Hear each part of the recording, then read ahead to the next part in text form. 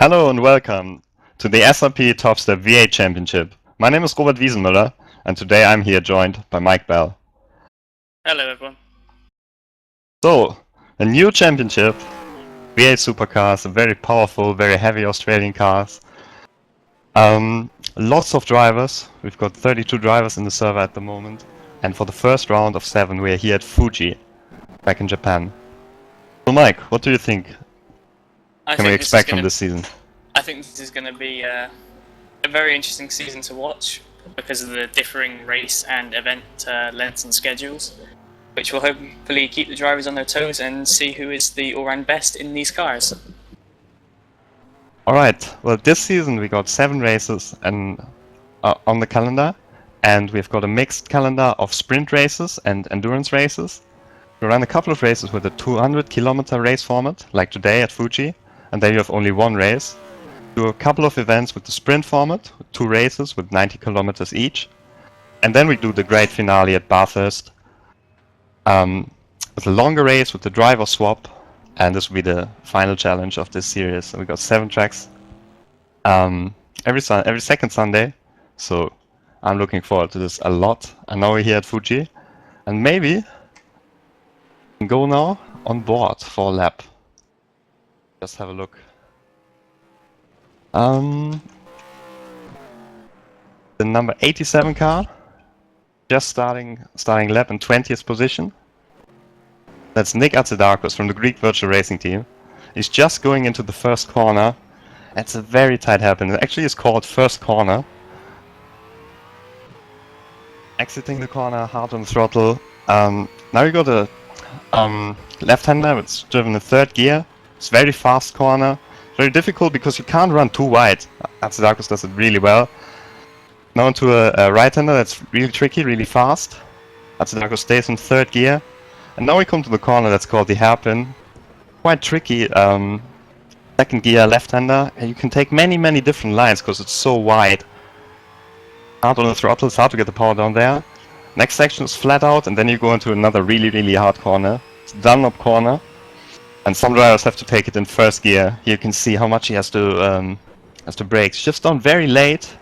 Doesn't quite get the apex. Now through the twisty bits into another very tricky right-hander. It's a bit faster than the previous one. Goes into 2nd gear. Now we go into the Nets corner. That's a really long left-hander, also in 2nd gear. He's drifting a bit away from the apex there, but you can take so many different lines here. And now into the final corner, the Panasonic corner. Once again, very wide. You can take many different lines. And oh, that's a bit of a shaky exit, but he comes back to the 1 kilometer long start-finish straight. We'll see a lot of drafting, a lot of passing. So, that was 1 lap. And Mike, why don't you have a look at the current standings? Yeah, currently topping the timesheets is Jesper Tolborg in the number 20 THR Holden. Unfortunately, he's in the pits right now, as is 2nd place Oscar Hardwick in another Holden, but he's branded it with a Chevrolet badge for Small Power Racing. 3rd place is Aerostream's John Monroe, who is currently out on track and in the middle sector. So if you wanted to run a few quarters with John, then there he is. Behind him in 4th is Rasmus Salo for one-on-one racing, who's also in the garage. Then it's Juha Tuonainen for Frami Racing, who is in 5th. And Lewis Travis, currently 6th for Walk Racing. Matt Richards, 7th for Magenta Warriors. Kevin Angwin, 8th in the 2nd of the Aerostreams. And Eric Tveit in 9th, who is also on track in the Ice Cold 4. All of these guys are within a second of each other currently, so that will be closer come qualifying, because I assume some of these will still be race pace laps. But after that, there's Anders Nilsson in the 1st of the Optimums, Rob Taplin in the 2nd of the Walks, who were both in the garage, Harley Hamnet 12th, out on track for Small Power Racing in the 2nd of those cars. Then Gary Lennon in the 1st Save the Ring in 13th. Ben Hackson 14th for Magenta Warriors. Miko Sukas for Vodbull in 15th, who's also out on track. Matthew Allington 16th for Wouters. Riku Sarpia 17th for Zurich. Ryan Walker 18th for Optimum. Dowie Tapper 19th for Vodbull. Nick Atsidakos remains 20th, who we rode on board for a lap with.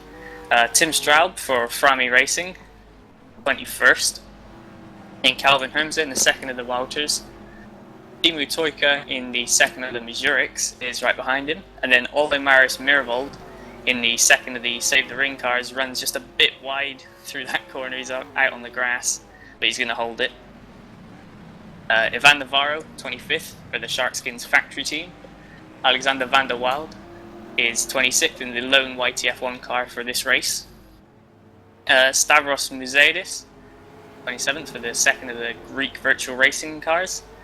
And then Damien Patel and Rui Martins are 28th and 29th for Mar Motorsports, who are rounding out the people who have set times thus far, with Tommy Oyala for 1-on-1, Eric de Veit for Ice Cold, and David Yunt for THR, also in server. So what you could see is when we were going through the field that there are two different types of cars. You got the Holdens and the Fords. And these cars are actually really similar from the performance. Actually, the whole physics are the same. There's only a small difference in the wheelbase, which, to be honest, I was driving these cars and I did not notice any difference in the performance. So basically, you have all these drivers on the same material, and therefore it should be really close. And also, what you could see when we were going through the field in the top 10 is there are some real big names. People who have gained experience in other championships in these cars or in completely different cars as well. And now it's the first time that they race against each other here. For example, Jesper Torborg, who's currently in first place. He's a double champion in the TPS League on these exact same cars, currently the reigning champion. And it didn't even look like you would race in this race, Mike. Yeah, I heard he was brought in at a relatively late stage after one of the THR drivers broke their wheel recently. So yeah, it's good to see Jesper here. Hopefully that time is a quali run, because otherwise he may walk away with it as Oscar Hardwick moves to only 2 tenths behind as opposed to being 4 tenths behind. So who knows? Hopefully he'll be close in the race. Yeah, Oscar Hardwick, that's an interesting name as well. Currently in second position, because he has not done a league on these cars, but he's looking really quick and confident in these cars. And you can just see he likes his cars. He's got the flow on the track, so I wouldn't be surprised if he gets a really good result.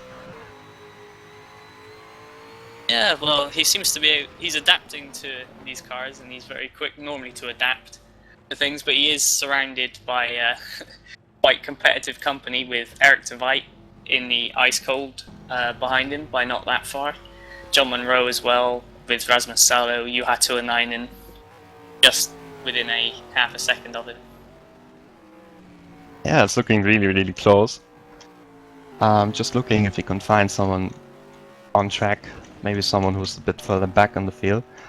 In 15th position, there's David Junt, who's currently on track. And he had a last-minute team change for this race, because originally it was planned that he drives the Sharkskins car. But unfortunately, Chris Butcher, who should be in this car, is not here with us today because his computer broke. So THR had to get 2 replacement drivers for the whole team. And now we have David Junt in the number 5 car for this event. Just going through the last sector, looking a bit out of shape there. Yeah, it should be interesting to see how well he does. He has got loads of experience in these cars. So, the practice session is over and we will be progressing into qualifying now. We've got a 15-minute session now, unlimited laps. And Mike, who do you think will go in pole position? It's going to be difficult to argue with Jesper Tolborg, but I'm going to go out on a limb and say Oscar Hardwick. As there's been a collision in the pit lane, actually. Oscar Hardwick and John Monroe, the 2 first cars to try and get out on track, they ran into each other. Jesper Tolborg is the first person out on track, followed closely by Matt Richards. So the number 1 in the practice session is going to set the benchmark time for everyone to beat as he goes off in turn 1. So Matt Richards will then be the benchmark for everyone to beat as he goes past in the Magenta Warriors Holden Commodore. Right, what will be the task now for the drivers is to warm up their tires and especially their brakes. For the tires, these cars are quite slidey, so you don't really have to do so much. Brakes have to be on temperature, so you can set fast times from the beginning. I know that some of the drivers, they don't take out all the fuel, because that changes the balance of the cars. They run with a little bit more fuel and try to get fast times like this. I think what we can expect are low 37s in the qualifying session, because that's the pace that Jesper and Oscar have been doing in the practice session before the event. But, you know, maybe there are some people who could land a surprise. Lewis Travis in 7th position at the moment. He's one of them, the walk racing driver. Very, very new to sim racing. Just started a couple months ago.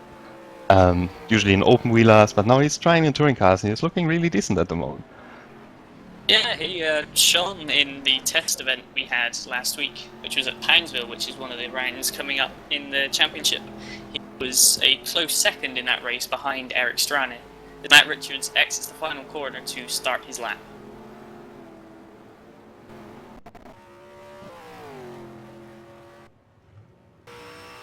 The 1.4 kilometers straight into turn 1. The car's build up speed to about 290 plus kilometers, not quite touching 300, and then hard on the brakes for this start turn 1, which it looks like he's done fine.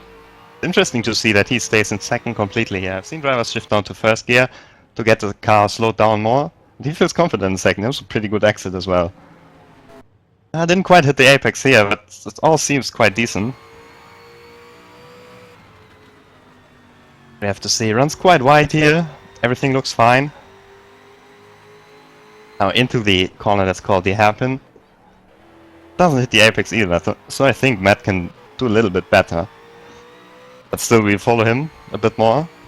Now through the flat out section. And now let's see how he can get the braking point here. Stays in second as well, and again he doesn't quite hit the apex. One of the things with Fuji, the track is so wide that not hitting an apex can, doesn't hinder you as much as it does on, normal tracks, so to speak, with the tighter racing line. Yeah, another thing is also that it's really hard to get the power down in these cars. So sometimes when you take a line which doesn't really hit the apex, but you've got a different camber on the track, you can get the power down easier, and actually it's faster. Yep, we'll see what time he does. He'll probably go on pole because he's the first person to set a time. Well, Jesper Tolborg was right behind him, and he's closed in, I think, on this lap. He's about 1.177 quicker is Jesper.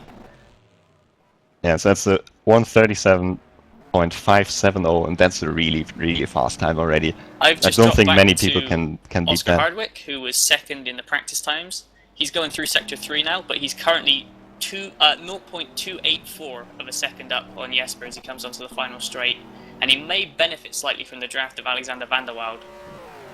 So Oscar currently sits in 10th with no time, and he will go provisional pole by into first. 1/10 Wow, of a second. Nice lap, Oscar.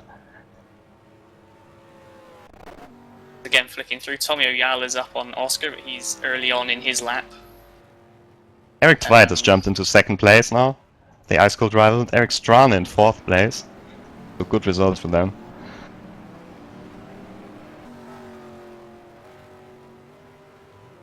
Rasmus Salo here is 5th at the moment. He's after sector 1. He is almost a 10th up on Hardwick, but he goes down a bit. And we're hearing Eric Tveit is Eric Tveit almost 3/10 up on Oscar Hardwick in sector 1.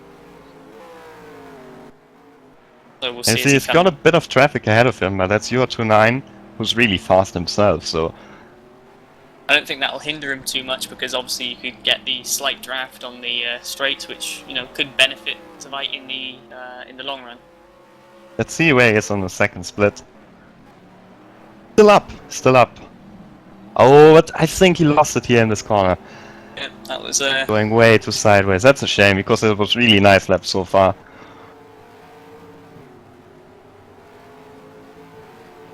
And Lewis Travis, currently 8th coming to the line. He's about a 10th.5 up on himself.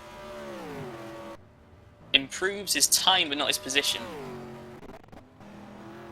In 9th place currently is Harley Hamlet, and he's 2.5 tenths up on himself. Yep. Second Smile Driver, the teammate of Oscar Hardwick. Dwight coming out the final corner when he's got Yuha in front of him, so he may get the draft. But as we saw, Oscar had the draft of Van der Waal, so maybe that's negated. Dwight improves on himself, but doesn't improve on Hardwick. He stays second. That's still a really good time, considering the big mistake that he made in the final sector in the Dunlop corner. Yeah, Monroe apparently moves into 6th as Hamlet moves into 8th for the second Smile Power driver. Let's see, Lewis Travis is up on himself. So Angwin is half a second up on himself. He was 11th. Let's see if we find someone a bit further back. Matt Richards after Sector 1, he is 800th up on Hardwick in the Magenta 14th Warriors position car. only at the moment. Can definitely go a bit quicker. Looks like Oscar's first sector is not the best. Yeah, several drivers are beating it, which means that Oscar's Sector 1 could probably be improved upon by maybe even up to 3 tenths or so from what Tveit was doing. Matt through Sector 2 now, he's 2.5 tenths down on Oscar, but he's almost 4 tenths up on himself, which will move him up into... Could move him into 5th position. 9th or so, 4 tenths up on himself at the moment.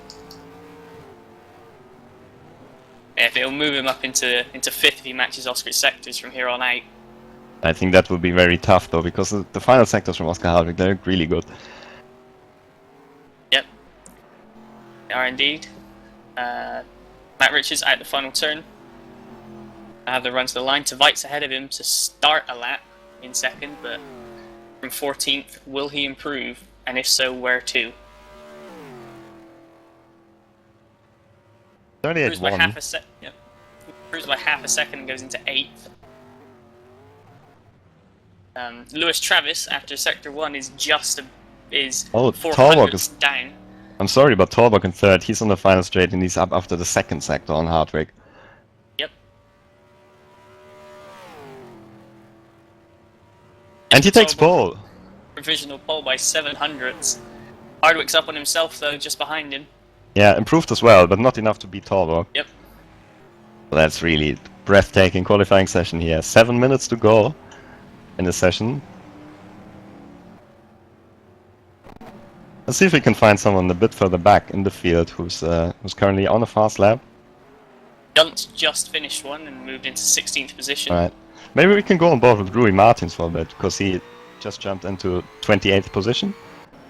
He's now coming through the first corner. Rui Martins, he's one of the guys who does not have much experience in these cars, but I think he will try to be consistent in this race and get further up during the race than in qualifying session. Just now going into the 2nd sector. A little bit down on his time. I think he's got someone behind him as well. Yeah, you got Mervold and O'Hara behind him. And Mervold goes past. So, whoa, Mervold actually goes a bit off the track. Hamlet's up on himself. Oh no, he's just finished the lap, my mistake. And improved by a few tenths. And he's moved up to 9th. Tuanainen is half a tenth down on Talborg after Sector 2. Coming round the final turn now. Currently in 7th. Brami car. My mistake, that's not the final turn. I need to learn the track. Now he's coming up to the final turn. Looking very aggressive, very early on the throttle. It looks fast though. So we'll see where this puts him. Frami is a brand new team, at least of sim racing.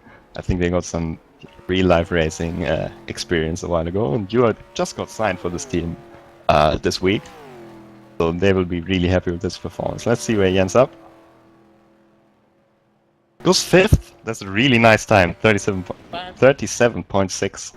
The two ice cold cars are slipstreaming. Strani's on a lap, not far down on himself or Talbot, but he has a slipstream with Tveit.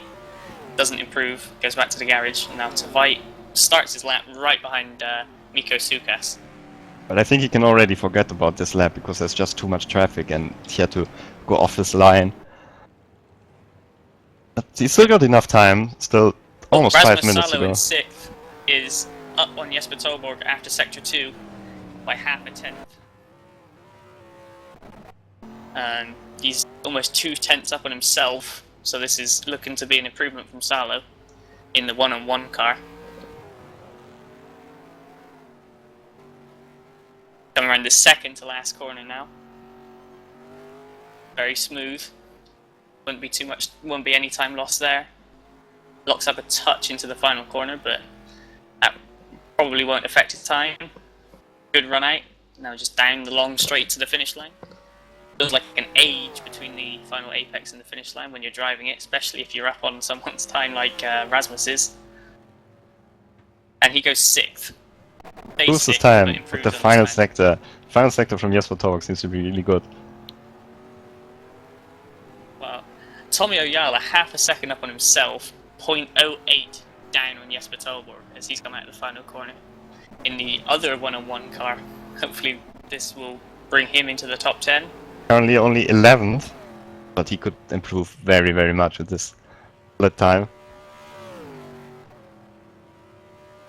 Goes into 7th. That's a nice time, but it shows again. Oh, and Tveit goes on pole. Eric Tveit.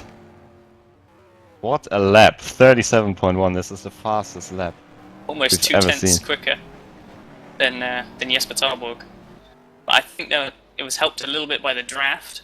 But I'm just looking at Jesper's sector times, and it seems like Eric did a phenomenal last sector because Jesper was practically even with him and then lost almost 2 tenths in that final sector. And that's interesting because before you could see that Tolborg and Hardwick, they can do the fastest final sector. No one could even match that. Everyone was up before and then they were losing the time. So Tveit certainly has found the sweet spot there. Still on a quick time, but I think that will be really hard to improve this sort of time. Van Navarro improves into 20th. Mikko Sukas has not done too bad of a Sector 1. He's 2.5 tenths up on himself, but 3 tenths down on Tveit.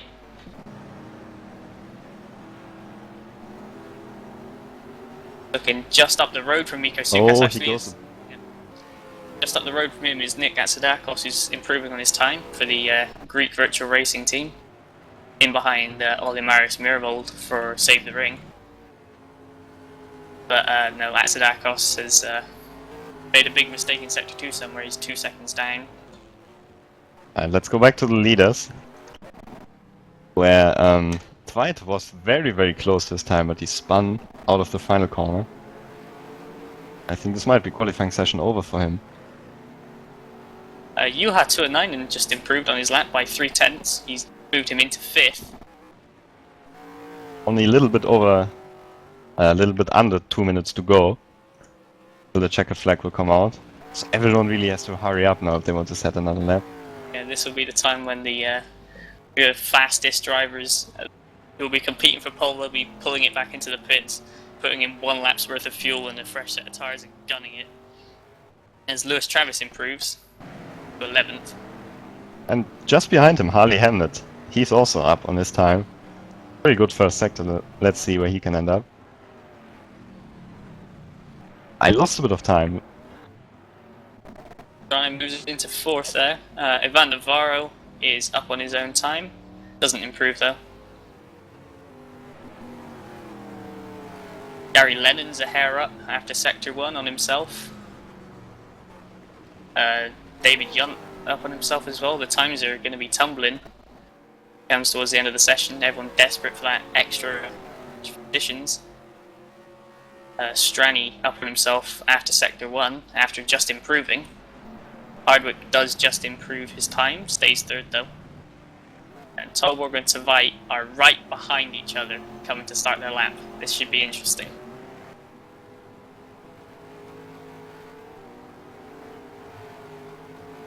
Yeah, let's go on board with Jesper Tolborg, because then we can see also what Eric Tveit is doing up ahead. They don't have so much time to cross the line. It's only 22 seconds on remaining on the clock, so at least they need to hurry up a bit.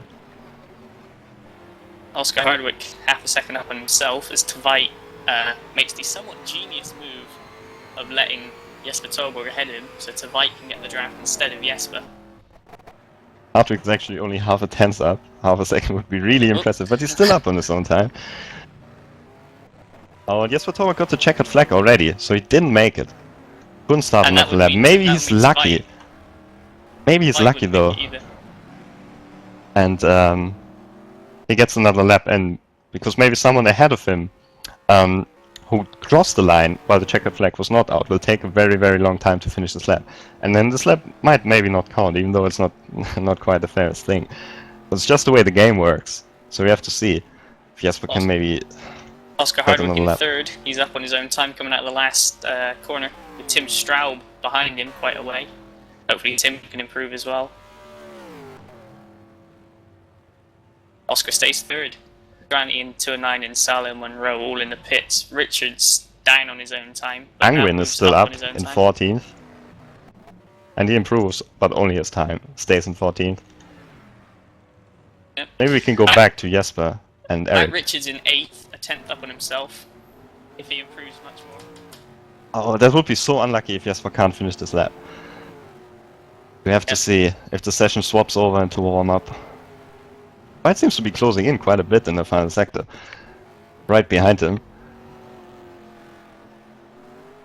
I believe these guys will get another lap because oh no, Matt Richards in front of them was the last person to make it across the line before the checkered flag came out. They may still get across the line. Matt Richards doesn't improve, stays in 8th. And Oh, Jesper goes Tolborg- pole! Tolborg And Twite goes beats him pole. again! Unbelievable! And was smart by Tvite letting Tolborg go in front of him, so Tvite can benefit from the draft. One of the Save the Ring cars as well just completes their last lap. We have our grid for the first round of the Top Step V8 Championships. Yeah, and what the qualifying it was, that was already really exciting between Torvok, Tvite and Hardwick. We're now going into warm-up, and I think Mike, you can do the first half and I will run you through the second half of the grid. Just a quick note though, the top 10 in the drivers qualifying was separated by 9/10, with Eric Tvite taking pole for Ice Cold Racing, then Jesper Tolborg in second for THR, Oscar Hardwick in third for Small Power, Eric Tvite fourth in the second of the Ice Cold cars, Juha 209 in fifth for Frami, Rasmus Salo sixth for 1-on-1, John Monroe seventh for Airstream, Matt Richards 8th for Magenta Warriors, Tommy Oyala 9th for 1-on-1 in the second of those cars, and Anders Nilsson into the top 10 for Optimum, just 9/10 off the pole. Behind them is Lewis Travis for Walk, Harley Hamnet for Smile, Rob Taplin for Walk, Kevin Angwin for Airstream, Gary Lennon for Save the Ring, David Yunt is 16th and rounds out the first half for THR. So now we got in 17th place, Timo Toikov from Zurich Racing. Then in 18th, maybe a bit further down than he expected to be, Ryan Walker for Optimum. Matthew Ellington is 19th for Waters Automotive. In 20th position, Ole Marius Mervold in an unusual, not pink car in this championship. Then 21st, Ivan Navarro for the Sharkskins team. 22nd, Tim Straub for Frami. 23rd, Mikko Suokas for Vodbull. 24th, Ben Hexon for Magenta Warriors. Behind him in 25th is Nick Atsidakos for the Greek Virtual Racing. Then 26th, Rico Sapila for Zurich Racing. 27th, Fran Lopez for Experience GP. 28th, Stavros Moussaidis for Greek Virtual Racing. 29th, Kevin Hermsey for Waters Automotive. In 30th, Alexander van der Woede in the only white F1 car in this race. 31st, Dowie Tapper for Vodbull. Then in 32nd and 33rd, the two Team Mar Motorsport cars of Damien Patel and Rui Martins. And that rounds out a grid. 33 cars on the grid today. I'm really happy with that. Building is a new championship. Indeed.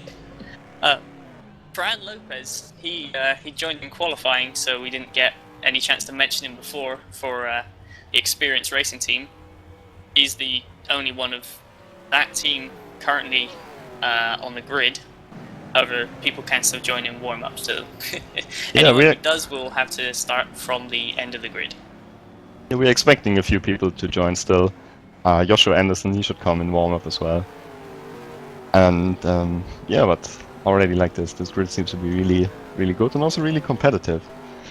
So what do we have next? Now we have a 200-kilometer race. 44 laps on this track.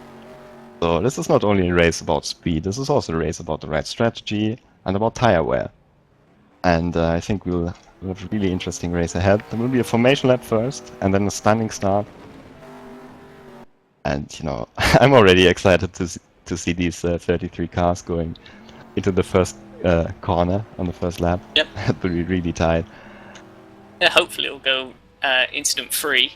But regarding strategy, I've heard 3 different strategy ideas from various drivers. There's some people who are saying they're going to do a one-stop, so they're going to be pitting around halfway, so 100 kilometers. There's people who are saying they're going to do a two-stop, so they're going to be pitting somewhere in the region of lap 15, 16, 31, 32. And then there's people who are going to be doing 3 stops, which it works out about 11 laps on each set of tyres. So it should be interesting to see which of the front runners are on which strategy, and if anyone further back can use strategy to pull their way inside the top 10 or top 5 or so. Yeah, it would be interesting to see, and I think especially, you said, the people at the bottom of the top 10 or maybe in the top 15, they might want to try different strategies to get a little bit further ahead in the race. And there's Joshua Anderson, just arrives in time for the race. In the very flagrant Cosmo Autosport car. Very eye-catching. It's going to be another thing that'll look impressive into Turn 1. We don't really have too many cars that are the same colour, so it's going to be a wave of various different shades going into Turn 1. It should be interesting.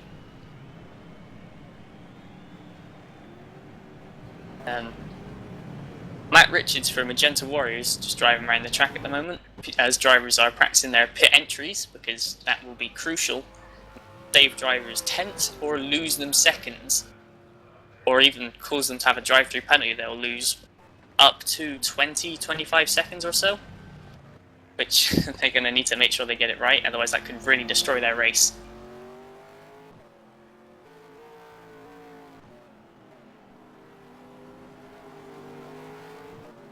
As we hear, there's Van Navarro is having some server issues, so unfortunately he won't be taken to the grid in the Sharkskins factory team car. Have 2 seconds, 1 second, and race going to be imminent. That's very unfortunate to chop out of the server so close before the start of the race, because now there's nothing he can do.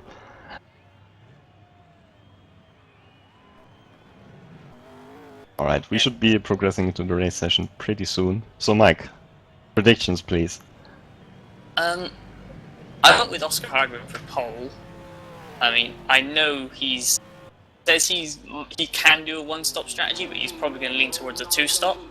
And without really knowing what Eric Tveit can do, because he tends to drive quite sideways, that will wear tires. So I'm going to say either Oscar Hardwick or Jesper Tolborg for the win. But if Tveit or Strani get it, that wouldn't be too much of a surprise. Well, I'm going with Eric Strani for this race. He might be only in 4th position on the grid, but this guy got pace, and also he's got the tire wear. Knows the cars, and so he's my prediction. Alright, and the formation lap goes underway. Here we see in first place Eric Tveit. Beautiful ice cold car, not quite a typical ice cold livery. The Need for Speed style. The white, black and orange car. Yep, just behind him you have the jet black, the streak of red, Jesper Tolborg. The design looks quite scary in a rear view mirror, but Eric Tveit won't really be intimidated. If there's a driver who's not intimidated by anything, then it's Eric Tveit. He likes to take risks. But I think for this race, it's not the right thing for him to take risks. Yeah, it's too long. You need to be thinking about the long game and the end result rather than the next apex. If you think about the next apex and you miss it, then you could get flustered and just go backwards from there. In 3rd place, Oscar Hardwick. In this car, you can't really miss that car. In the purple, yellow and orange livery. It's interesting to see the people are not warming up their tires at the moment. Yeah, they'll be trying to save them as much as they can. Because this track, although it's, not many laps, the lap is quite long and has lots of direction changes, it will hurt the tyres. And if people are trying to save them for a specific lap, and then they run 2 laps short or so, that could again mess up the strategy if refueling, for example, is dead and they forget to change it.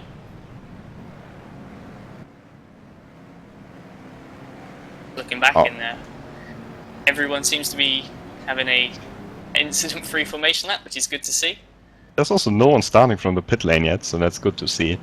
Usually in these races you have people forgetting that the race starts, and but everyone seems to be really focused here. I'm looking forward to this race. I'm pretty sure you are as well, Mike. Yep, definitely. I'm pretty sure all of these drivers as well will be looking forward to it, and hopefully everybody watching as well. So now they come on the start-finish straight, and still a bit of time until they reach their grid boxes. We'll see how the start goes. Yep. The drivers right now will be focusing on the run down to turn 1, but beyond that there is a long season ahead. So hopefully no one will do anything too dire and cause any chaos. I mean, it'll be nice and clean, but exciting as well. First corner is pretty tight, and with so many cars, there could be carnage, but of course we all know there won't be carnage. We get off to a clean start, the SRP Tough Step V8 Championship. Yep, Savite moving up to his grid slot now. We'll do a couple of burnouts just to get the rear tyres up to heat so that they get some nice grip at the start. Hopefully he can launch away from Jesper Tolborg, who isn't known for having fantastic starts. But the guy in third place is, therefore, Oscar Hardwick. I'd say keep an eye on, obviously, Savite, because he's starting from pole and he is good at his starts, as well as Oscar Hardwick third, who is normally a demon off the start compared to Jesper Tolborg.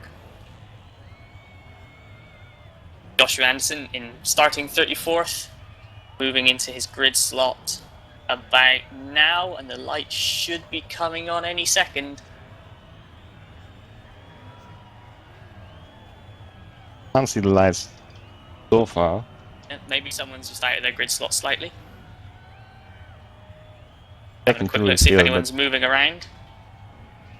Doesn't seem to be anyone out of his grid spot. Oh.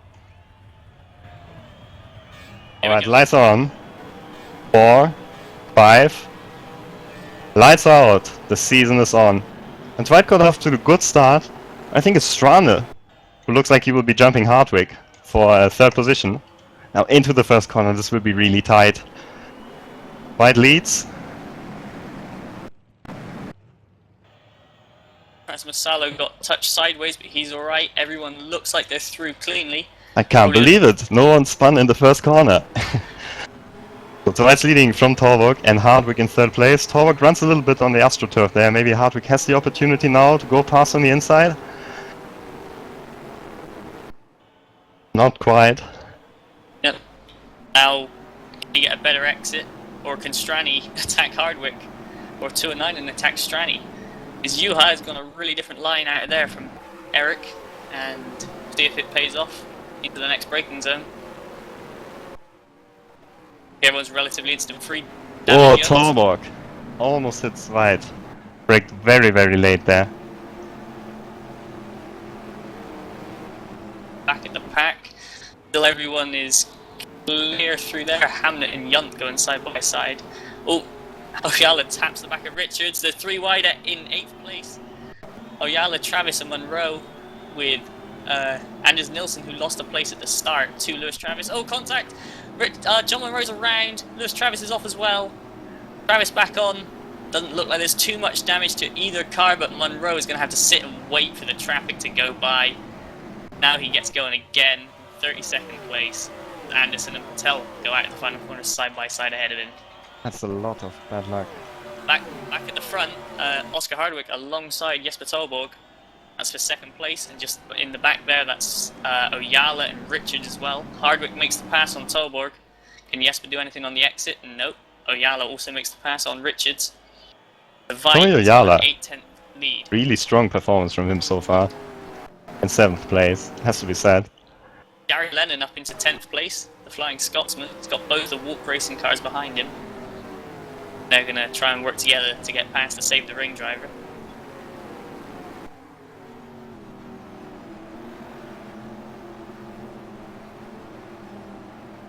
Having a quick look further back in the pack, see if anything's going on. There's one of the Greek virtual racing cars, that is Muzadis, running wide and losing a couple of places. And Atzidakos with a lunge on Mirvold. Not going to work. Oh, Travis has spun. Lewis Travis has spun. He's back to 29. You see what happened there? Did he go round himself?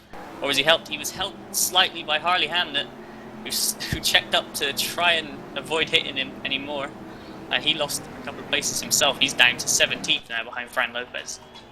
At the front of the field, it's really tight now, though. As we see Rasmus Salo making a move for 5th place on UR29. That was an aggressive move. The Vite looks like he's gapping them slightly. The lead is up to almost a second now.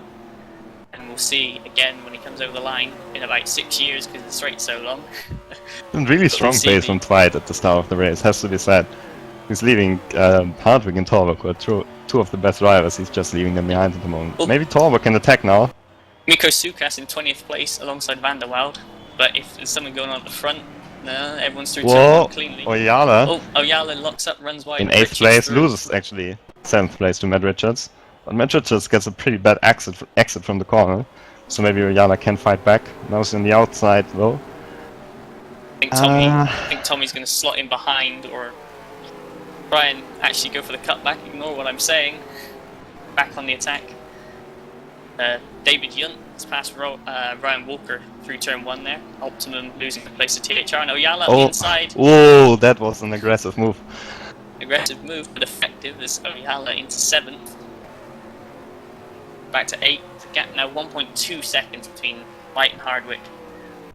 But Hardwick has Tolborg and Strane underneath his rear wing.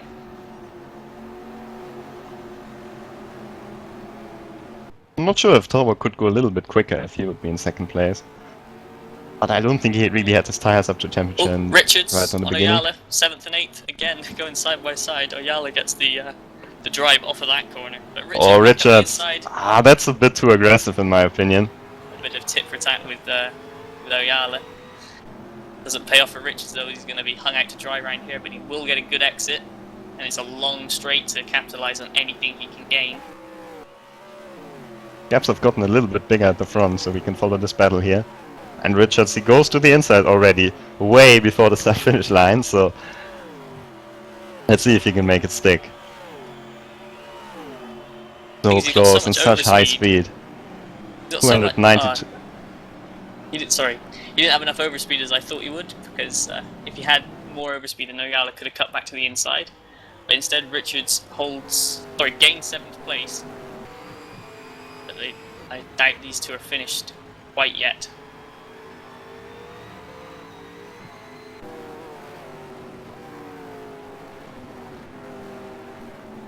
But I'm impressed with the battling in general from the people so far. It's very clean. It's hard, but fair. There's quite a train behind Olimaris Mirvold in 21st in the Save the Ring car. You got Calvin Hermsen, Ben Haxon, Matthew Allington, Davros Muzadis, the recovering John Monroe, Riku Sarpia, all right behind him with Travis, Dowie Tapper, who's just lost a few places, and Nick Atzidakos not very far behind at all. It will be interesting to see how fast Monroe, who's currently in 26th place, how fast he can get back up to the front of the field, because he certainly has got the pace over the guys he's currently battling with. Mikko Sukas in 19th, just in front of that train actually. I believe made up a position against Alexander Van der Waal in the YTF1 just in those last couple of corners, and now Van der Waal going to come under attack from Mirvold. As Hackison holds off Muzadis around the outside, but here comes Monroe. 3 wide for 24th position. Monroe passes Muzadis and Hackison in the same corner. Very good stuff from the Airstream driver.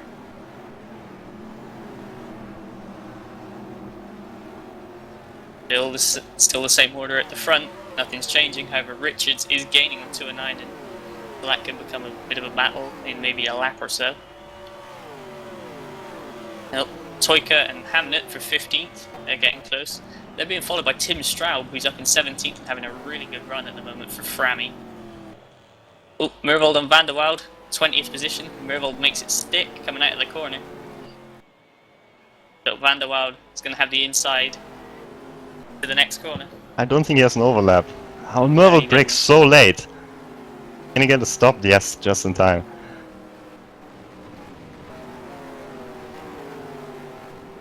covering Lewis Travis now on the back of Museidis. Interesting to see how Travis gets back up the field compared to Monroe. Oh, and there's been contact at the front for 6th place between Oyala and Richards again. This fight is really heating up now. Yep. Gonna have a quick look on the replay at that. Oh, Oyala went for a dive bomb from a ways back. Yeah, slight damage on Oyala's car on the side. Actually on both sides, so something must have happened there. Well, one side was when he did a lunge on Richards and there was contact, and the other side would be when Richards did a lunge on Oyala and there was contact. But the more they do this, they're going to fall back into the hands of Anders Nilsson and Gary Lennon, who are keeping with these guys. Gary Lennon up quite a ways from his qualifying performance, as he is known to do. This battle though, Mirvold again makes up a position into 19th at the expense of Fran Lopez. Now he seems to have a run on Suokas as well. His car seems to have really good top speed. Got a fair amount of front damage though, which could be hindering that top speed in effect. So look how he's reeling in Suokas. Oh, can he get a stop? Can he get it stopped? No. No, he's not going to get that and stop, but he may still. He still gains the position because now he's on the inside for the next corner. That was an excellent late braking maneuver from Ole. Next up on his menu is Tim Straub. I think Suokas. Just behind, John Monroe is attacking the Wouters cars. Calvin Herms is first, Matthew Allington. That's going to be for 23rd he is in right now, after passing Herms in 22nd. Get past Allington. But Herms is battling back, he will not go quietly. There's some contact, Monroe sideways. He holds it though. Just behind them, Lewis Travis. Hopefully will try and get onto the back of Monroe and follow him up. Lopez and Suokas are too wide for 20th position. With a very tight right-hander in the front sector. Just looking back at the front real quick, everything is staying the same. Maybe the gaps are changing around, but the order's certainly staying the same. Everyone's a bit spread out inside the top 10. It has to be said, the better battles so far were in the midfield. Yeah. Oh, David Yunt right on the back of Rob Taplin coming out the final turn. That's for 12th and 11th. Yunt's going to have the slipstream. Well, it seems he's got a pretty bad exit there out of the corner. He lost a bit of momentum, but the straight is so long, he can still gain time. Yeah. His mid-corner speed was much faster than Taplin's, but I guess Yunt was driving for the apex and Taplin was driving for the exit of the corner. Oh, someone's off way in the back there. Let's see who that was. That was Ben Hackerson back in 25th running wide that I just saw in the back of the camera shot. Everyone's still going. Suokas and Lopez still too wide for 20th place and 19th place now. Calvin Herms has dropped to 28 since we've last seen him. Maybe he had a bit of contact with someone. But Monroe still battling with Allington, trying to get past him for 22nd position. Fran Lopez and Miko Sukas still sideways. Oh, Lopez on the grass. He's going to hold it though. He's going to run way off the track there. Gets it back on. Hopefully he'll get back into his rhythm quite soon. And Oyala has passed Richards again. Just going to have a rewind, see if that was fair. That was. Oyala went on the inside a little bit. Oh, they're still side by side. Still side by side. Seems like Oyala is through at the moment. Richards going for late braking maneuver. Richards on the contact inside. Again. They have to calm down a little bit.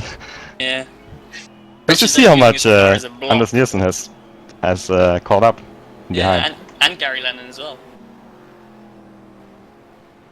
Oh, small contact on the rear. Oyala's got his nose up the inside and will now have to run off. Oh, Richards. Oh, the wheels are stuck in together. That could have been disastrous.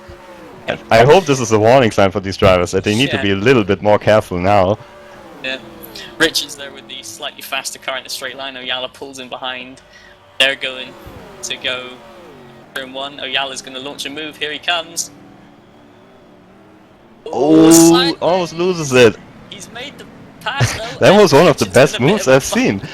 And Anders Nilsson's right on the back of this group, making it a trio. I think Richards doesn't have enough yet. Goes for the... There he goes. He's going to break late. He's going to run wide. Oh, now Nielsen.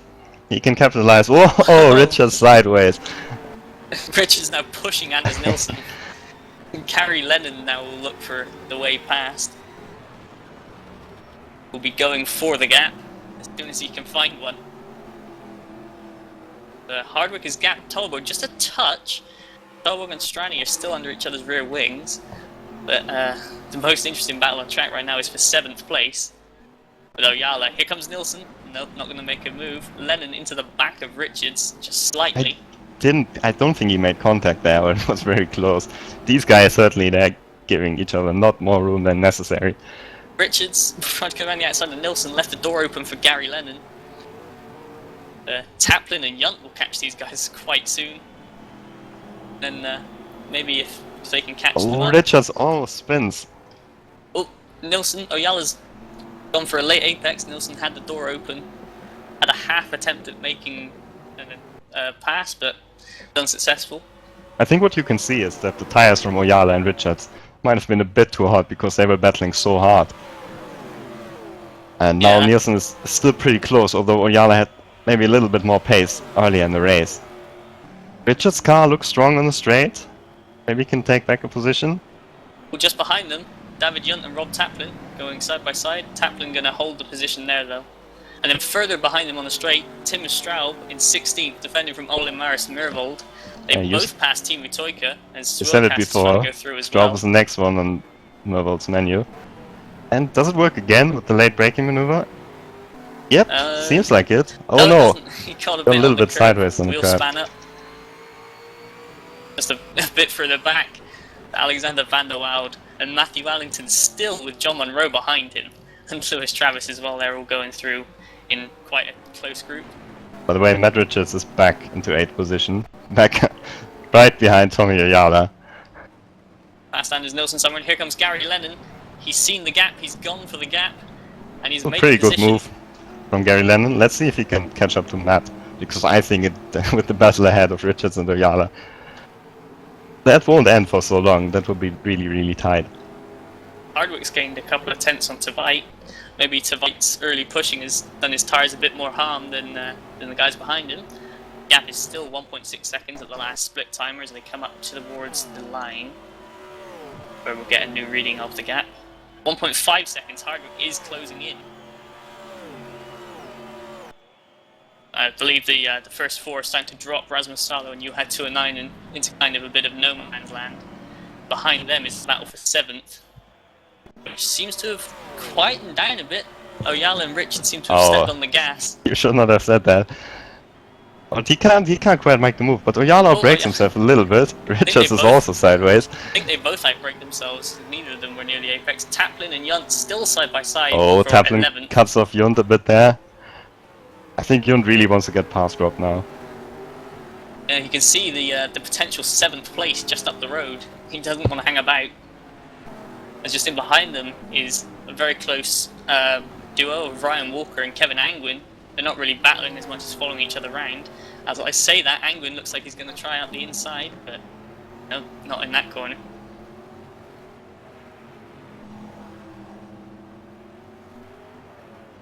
Ooh. Tveit, only 1.3 seconds ahead of Oscar now, and Tolborg is right with him. So this could turn into a 3 or 4-way battle for the lead. It also seems like they're dropping Strana just a tiny bit, so maybe the ice core cars don't have the Richards same into the tire. back of Oyala. Oyala's held the slide though. Still going at each other. Oh, here comes Richards up the inside. This is for 7th. Can Oyala get it on the exit? Oh, Oyala. Well held. Using his rallying skills to effect on a circuit. Lennon and Nielsen also side by side behind. Yep, Taplin and Yunt still closing in. I'm pretty sure Yun could catch up to them, but he just can't get past Rob Taplin at the moment. Looking slightly further back in the field, John Monroe has finally got past Matthew Allington, and he can continue. I think we should go back to the 6th place battle though. Oyala's going for the move again. Yep. Yeah. Oh, he brakes really late. I don't think he can make it stop. He just makes it stop. Just behind them, but he runs wide. Can Lennon do anything about it on the exit? He'll be on the outside of the next corner, but got the inside of that little kink. They're side by side. Yunt behind has got past Travis. Travis has got past Taplin even in turn 1. That was a good move there. Tveit now only has a 1.1 second gap to Hardwick. The gap is closing maybe 2 tenths per lap. Now it's down to 0.9 seconds. Oh, Richards has spin and a half spin, and he's Oh, half he's spins still out again. of control. His tires Now he's must on be the dead grass. after all this battling. Through goes Lennon, through goes Nilsson. Yunk can see the top 10. Don't think he can get it right now though, but can Richard's tyres cool down in time? I wouldn't be surprised if he pulls his first pit stop a bit earlier. Gone off. Ryan Walker's gone off for 14th, just behind them. He was side by side with Angwin going into that braking zone. I think he just got a wheel on the grass during braking. But he's going to keep 14th from Hamnet. And then the unstoppable Ole Maris Mervold, as we've lost Nick Atzadakos and Dowie Tapper, just losing Nick there. But Anderson and Fran Lopez are both in the pits. Sukas is out as well. Lopez just coming out of the pits now, in the group of the leaders. Well, Oscar Hartwig has basically closed the gap to Eric Twite. 6/10 only, and now I can see him. Can't really see anything on my own replay to explain the DNF of Miko Sukas, but I think the battle for the lead will be heating up pretty soon, because it seems like Hartwig's car is quicker. Half a second between Tveit and Hardwick, and then another half a second or 4/10 of a second to Tolborg. Seems like Salo has a problem. 2 and 9 and gets past Salo, yeah. Oyala seems to have ditched that battle touch behind them, so hopefully be looking after his tyres a bit. But I don't think it's going to be long before we now see it's a really change close the for the win. Oscar Hartwig right behind Eric Twite. The last split, the three of them were covered by 0.8 of a second. But Tveit looks like he's got a bit of a better exit through there. Gonna get a moment of rest before the power and the THR get right onto the back of them. And of course, here comes the 1.4 kilometers straight, where they're just gonna get his slipstream, and it could be an overtaking opportunity into turn 1. Watch out for Torborg, he will have the double slipstream and will be really interesting to see. Maybe they can go 3 wide. I think the gaps are probably just a little bit too big at the moment. 4/10 between Tveit and Hardwick, and then 3 between Hardwick and Tolborg. It's going to be too big to get anything into turn 1, but later on in the lap, could get juicy. You can see they're also dropping Eric Strana just a little bit more. It's almost 2 seconds to Tolborg, the gap. I wouldn't say that they're dropping Strani as much as Strani's closing into Tveit, but just not quite as quickly as Hardwick and Tolborg. As in behind the 2 backmarkers having a battle that is... Hardwick is so close now, maybe we can go on board with him. Ah, he goes for the move, Hardwick he goes... to the inside. Ooh, that was brave from Tveit as well, to drive this kind of apex there. Tolborg was the only one that didn't bother going into fight that apex. I think Hardwick has an opportunity now. He brakes early, doesn't risk it. Yeah. One thing with Oscar Hardwick, he runs quite low, or much lower brake settings than Tveit does, so Hardwick will be on the brakes earlier than Tveit in 9 out of 10 corners. Yeah, but I think over the race distance, Tveit's brakes will go off more than Hardwick's brakes. So at the end of the race, he might have an advantage with this kind of strategy. Yeah, it could be. I mean, they could always overheat after one time locking up as Hardwick gets his tail out a little bit on the exit of that corner. And now he's right under the rear wing of Tveit, and Tolborg's right under his rear wing. So this time into turn 1, they're going to be close enough for the draft taking effect. Yeah. As Strana is closed up, I believe, maybe 6/10 or so on the leader Hardwick this lap. Hardwick will go to the inside pretty soon, unless Tveit does it before. But no, Tveit doesn't seem to defend. Oh, there's Tim Straub coming out of the pits just in front of them. Oh, bad timing, Tim. Yep. And Hardwick makes the move stick for the lead. I think that would be really hard for Tveit to get a cutback here. Wow, Tim Straub. They just avoid him. Yep. Straub's not out of the danger zone yet. Now he is. Strani's passed. Got a while back to his teammate 209, but Tveit will not like being overtaken. He's going to try and get right back on the attack of Hardwick. But we're actually coming now into the pit stop phases as well. We're on lap 13. Yep. Or we've completed 13 laps. And the 2 stoppers should be pitting within the next 3 or 4 laps, depending on how long they're running their stint. I'm expecting Stranded 209 and Sardo be pitting a little bit earlier, because then maybe they can, with the fresh tires, maybe they can jump. The cars ahead. Oh, Torborg goes off! Torborg goes off! Sorry, Isn't that Tolbert? Braked very late. Just got a wheel on the grass in the braking and just saved the car. Yeah. But now he's under pressure from Strane. Yeah, that's much more exciting than what I was on about. But Matt Richards just holding off Rob Taplin for back in 11th, but the lead battle's more interesting for the moment. Or the third place battle, even. Yeah, let's see if someone already goes into the pits now. That would be a pretty clear two-stop strategy. Someone goes into the pits now. Well, Richards is in trouble. That looks like a technical failure. He's just driven straight into the wall. Could be a wheel disconnect or something. Yep. 209 is the first car in the pits, by the way, from 5th place. Oh, and there's a Ma Motorsport car stranded on the start-finish straight. That's a really dangerous position, but I think he's fully on the grass. There was another car coming into the pits. I think that was Rasmus Saber. I saw a couple of people do Saber. that in practice. What Damien Patel has done is he was going into the pits, put the brakes on and locked the rears, and unfortunately for him he slid across the track away from the pit lane. Oh, meanwhile, for 5th and 6th place, Oyala and Lennon made contact. And Oyala drops a bit back. I think his tires are dead now. Behind Nilsson. Torborg passed White. Torborg passed White through. Now it's all happening. Two ice-cold teammates. White has to come in now. That'll be horrible. Hardwick coming up on traffic in the shape of Van der Waal in the YTF1. But Torborg, Strani, Tveit. Let's see if any of them pit this lap. I remember I was speaking to Oscar Hardwick before the race and he said approximately lap 15 or so for the two stoppers, unless they run their short stint first, in which case we'll be seeing them in this lap. I can see his pit crew already getting ready, so he might come in on this lap. Maybe they're just pulling a few tricks on the other guys, but I would not be surprised to see him in the pits now. THR crew just still sitting there. Oh, Oscar's in the pits as is Van der Waal just in front. Oh, and Torborg also seems to go in.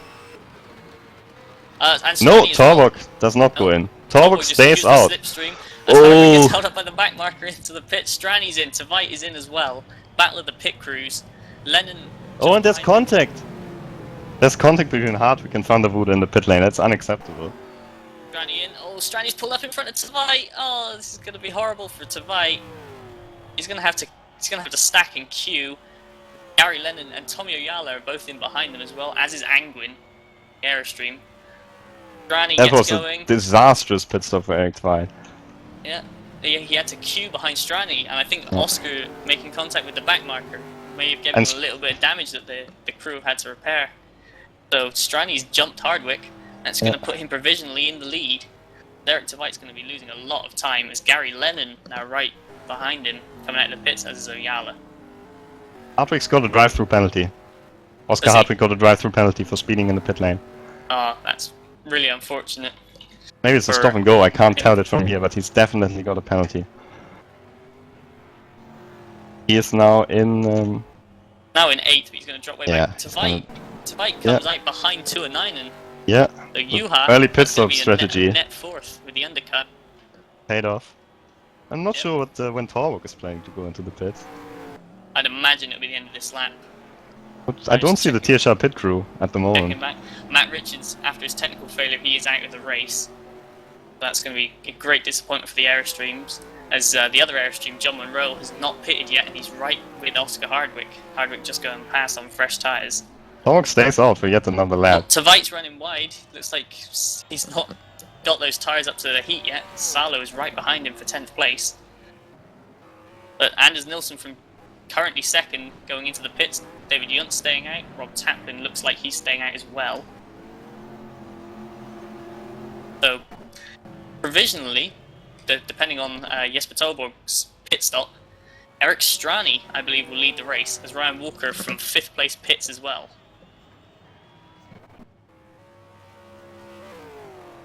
Yeah, the two Optimum cars are now going into the pits, but I think they've got a gap that's big enough between them. I've just heard an interesting piece of information from one of our pit lane guys. Jesper Tolborg may be trying a one-stop. So if he is, he'll be staying out for another 6 or so laps, and he'll only have to pit once in the race compared to everyone else having to pit at least one more time. So if he can pull that off, then that should put him way in front. Hardwick there serving his drive-through. Looks like it is a drive-through rather than a stop and go.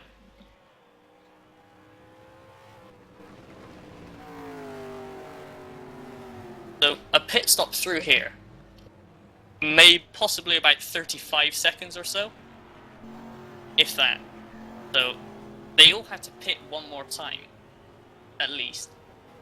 But can Eric Strani close the gap up to Jesper Tolborg enough to make that two-stop worthwhile? I think the Ice Cold pit crews, they've been working really hard so they can get a stop done in 29 seconds. But the problem is the gap at the moment, it's 39 seconds. From Tolborg to Strani. So if Jesper can really pull off a one-stop strategy, unless he gets a puncture, so I can't really see Strani getting so close to him. Depends on his tire wear. Meanwhile, the guy in second place, David Jund, goes into the pits. He's famous for his late pit stops, but he's pretty sure on a two-step strategy. Just gets a stop. Taplin may be trying the one-stopper as well. He's still going. The Vite is just past 209. That's for 5th currently.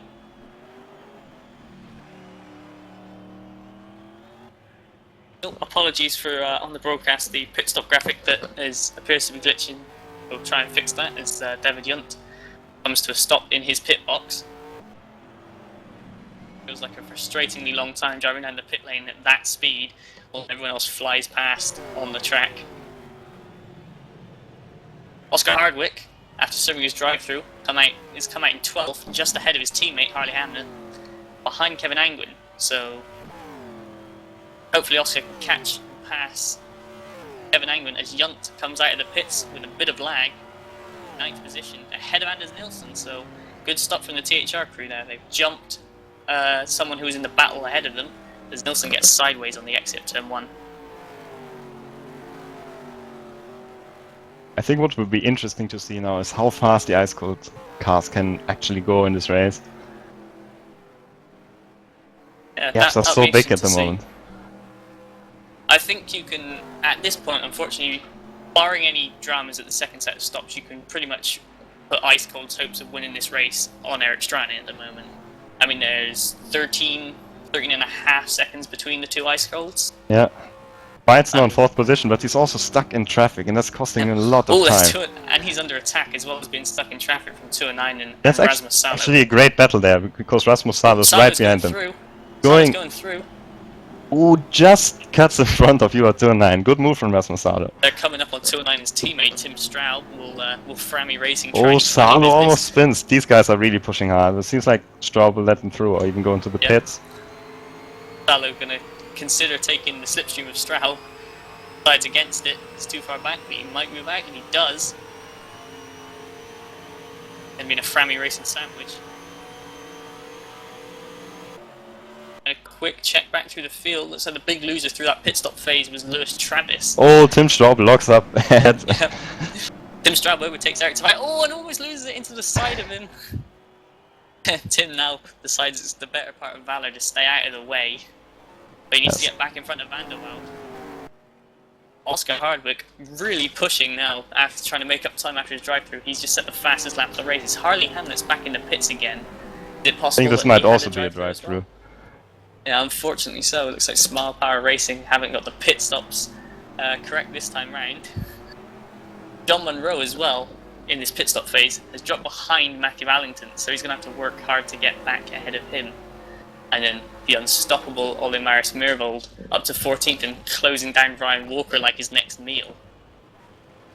But Hardwick passes Angwin, that's for 11th position. Oh, sorry, yes it was for 11th, my bad. I thought Angwin was lapped for a moment there.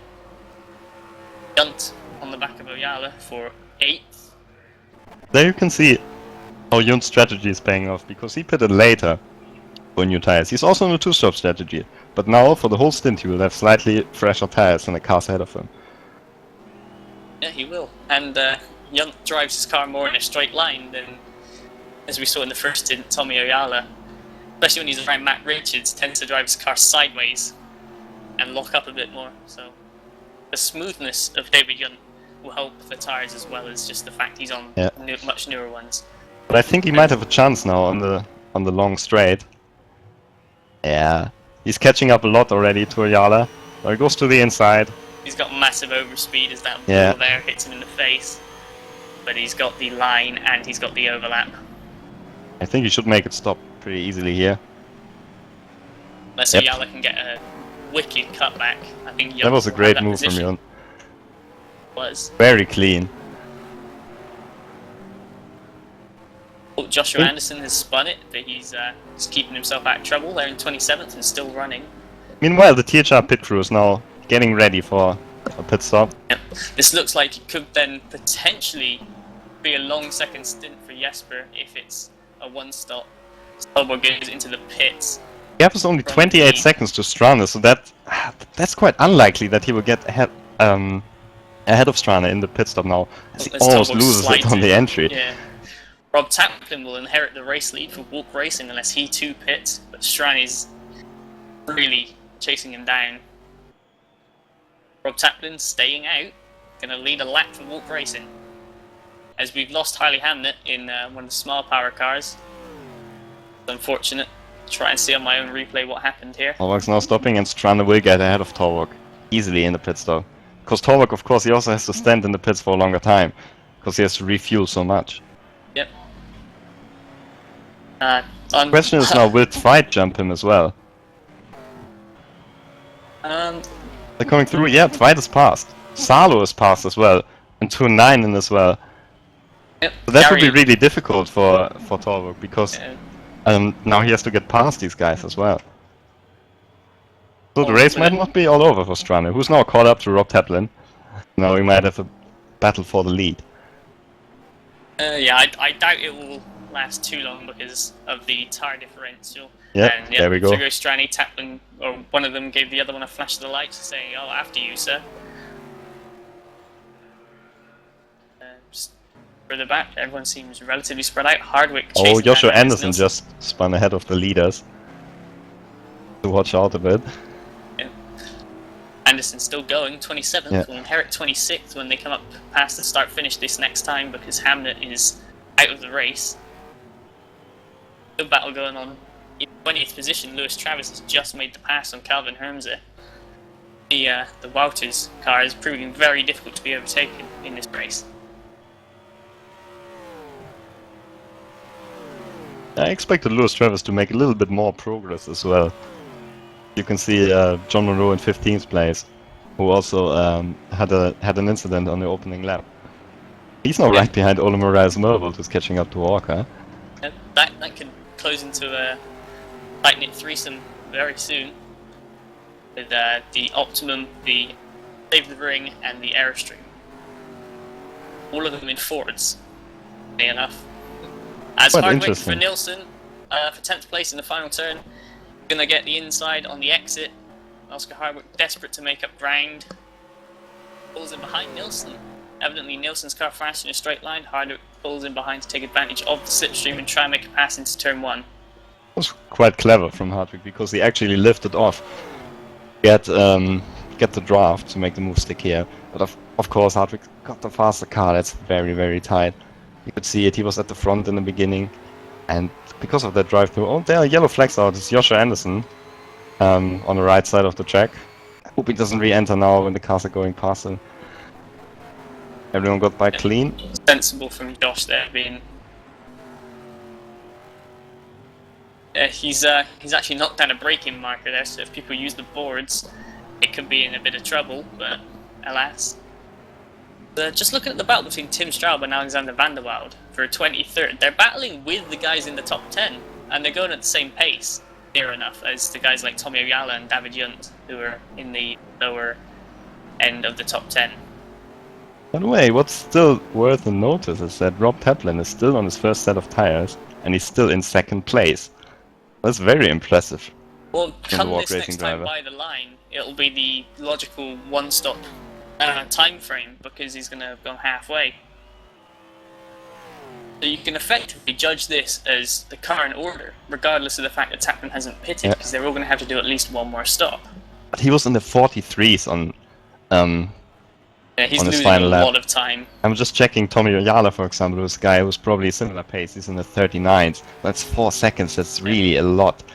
And so I'm wondering, if Jesper Torg is really on a one-stop, he pitted even earlier, so He's going to have to go a long time on these yeah, set of tires. I think he has to go 24 laps on his set of tires, or even 25. And I can't really see that working. And if he's not on a one-stop, then he just wasted a big chance here. Because he lost so much time driving around on the old tires. Yeah. Well, he at least is now on his in some fresh air. Rob Taplin. A little bit out of shape. He really needs new tires now. But you can see the Walk Racing pit crew is already getting ready, so he will come in this lap. Joshua Anderson also in the pits, just having a quick flick through of everyone. Tim Straub and Van der Waal, they're just in behind Oscar Hardwick. They're having their own little battle, which I'm sure will be entertaining them both. Arlington's also in the pits. John Monroe is past him, and he's also passed Mervold at some point. Happened off camera, but Monroe and Ryan Walker, former teammates, former very good friends, and now, I'm not going to say enemies, it's not go that far, but they're driving from different teams. It's obviously going to be a great rivalry. Taplin has now been passed by Dwight around the outside, but Taplin is going to come into the pits anyway. Yeah, he's going into the pits, as Rasmus Salo is also going through. Salo has made a good call on his strategy. He's jumped Jesper Tolborg, and because of Oscar Hardwick drive-through, he's jumped Oscar Hardwick as well, so he's gone from 5th to 3rd. Yeah, he's also jumped UR29 actually, so I think he was in 6th before he entered the pits. As Allington comes out just ahead of Tveit, so they're going to have to deal with some traffic quite soon. Yeah. Actually, the leader, Eric Strane, now has a massive gap of 14.6 seconds to Eric Tveit. Strane he's really pushing. He had maybe a 13-second gap on Tveit after their pit stops, because of the fact that Tveit had to queue behind Strane, and he lost time. But Strane has really put his foot down to try and advance this just gap at the back of the possible. field, Alexander van der Woede lost control of his car out of the final, of the first corner in 24th position now. Lost a few positions, at least to Tim Straub. Oh, John Monroe has just passed Ryan Walker coming into turn 1. That's very close for 11th place. Very close, but it seems like John Monroe has got that little bit more pace at the moment. Yeah, he should pull away from Walker, having been that he out-qualified him, such as Juha 209 and has been passed by Tolborg at some point. Yeah, Juha may have gone off in the braking zone. Indeed he did. Got a bit crossed up and just went wide. Tolborg into 4th. Maybe we can just go through the grid now and have a look where everyone is. Yeah, okay. Eric Strane currently leading in the Ice Cold Racing car, followed by his teammate Eric Tveit. 3rd place is the first of the Holdens, Rasmus Salo for 101. Then Jesper Tolborg for THR. Juha 209 in for Frami Racing, doing a very good job on that team's sim racing debut, as far as we know.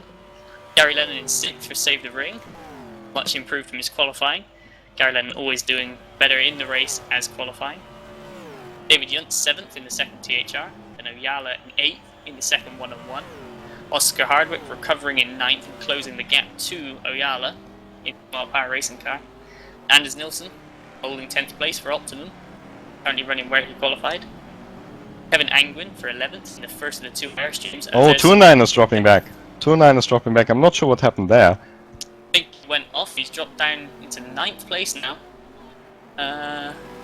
It happened. Maybe he's missed a sector split. Could be it. Yeah, he's missed a sector split. Be a little bit of lag. So Juha 209 are not actually dropping back. He's still ahead of Gary Lennon, so he's still in 5th place. But that will all be resolved come the next split. Looking back, Fran Lopez looks like he's coming into the pits. For experience, he's going to be losing 17th to Lewis Travis, who's probably not going to be too happy with his race. Fran Lopez has spun in the pit lane, damaged the car, he's got it going now. Yeah, it's lucky that he's already in the pit lane now, so he can just repair the damage. Yeah. Well, Oscar Hardwick, that's a good battle here for 8th place. Oscar Hardwick has caught up to Tommy Oyala. Seems to be struggling a little bit on this set of tires. After Oscar's drive-through, he's going to have to be driving on the ragged edge the entire rest of the race to make up even half of the time he's lost. And he's doing that right now. and he's going to try and make mincemeat of Oyala and set off after Gary Lennon, hopefully before the next set of stops. And then hopefully he'll do the pit stop, get it slowed down in time, not have a drive-through, and then push on for maybe even a top 5 finish at this rate. That was a late braking maneuver, but all clean. Just can't make it stick now. Got Maybe I think he will try to go on the outside here. Yeah, not sure if Oyala's giving him room. Oh, he ducks the inside. Not gonna work though. We've seen earlier in the race that it's quite tricky to get past Tommy Oyala. But Matt Richards was trying everything.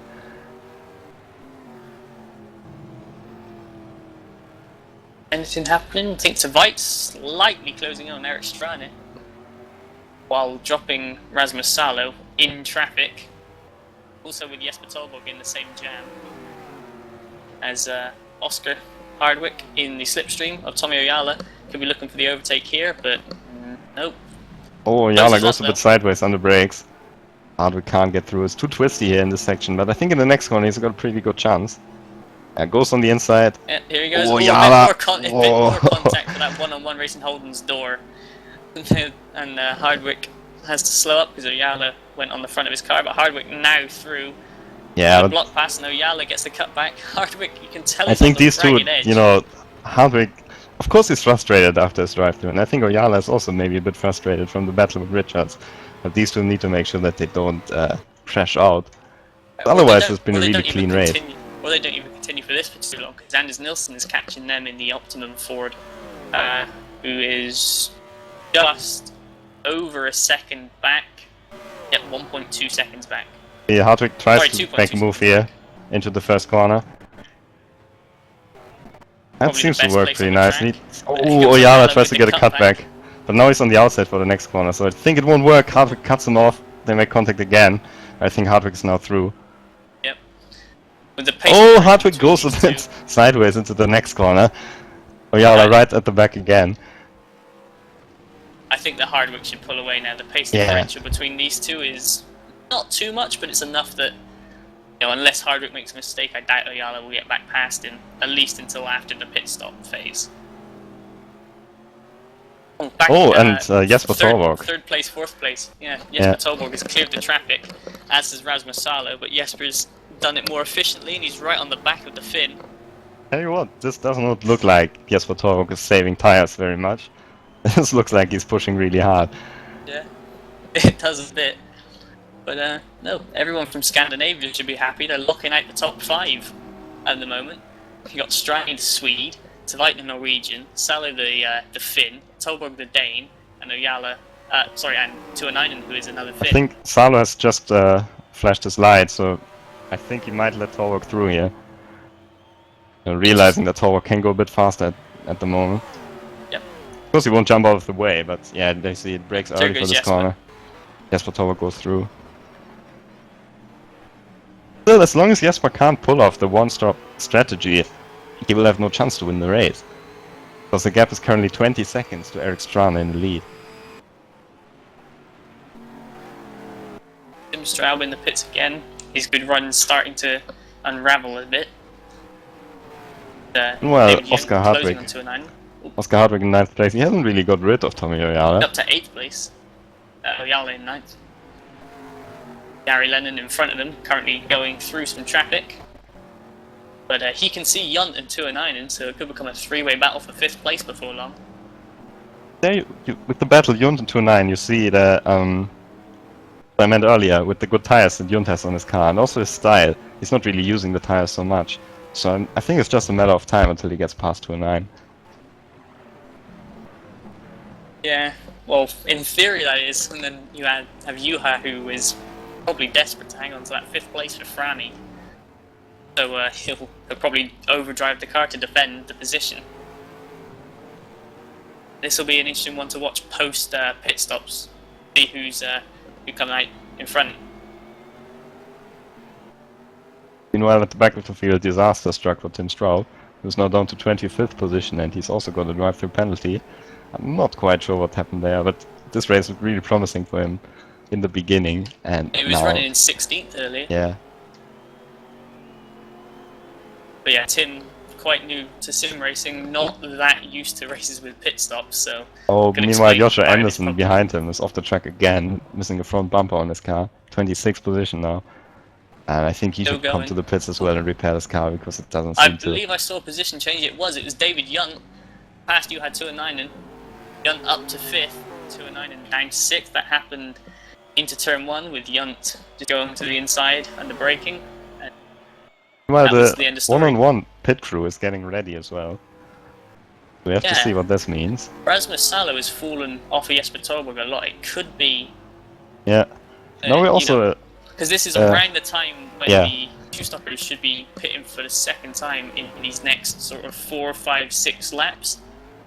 So, yeah, as 209 has gone... Oh no, Yu has spun it! He's passed by Len, he's been passed by Hardwick, Oyala, Nilsson. He's down to 9th. Now to 10th only.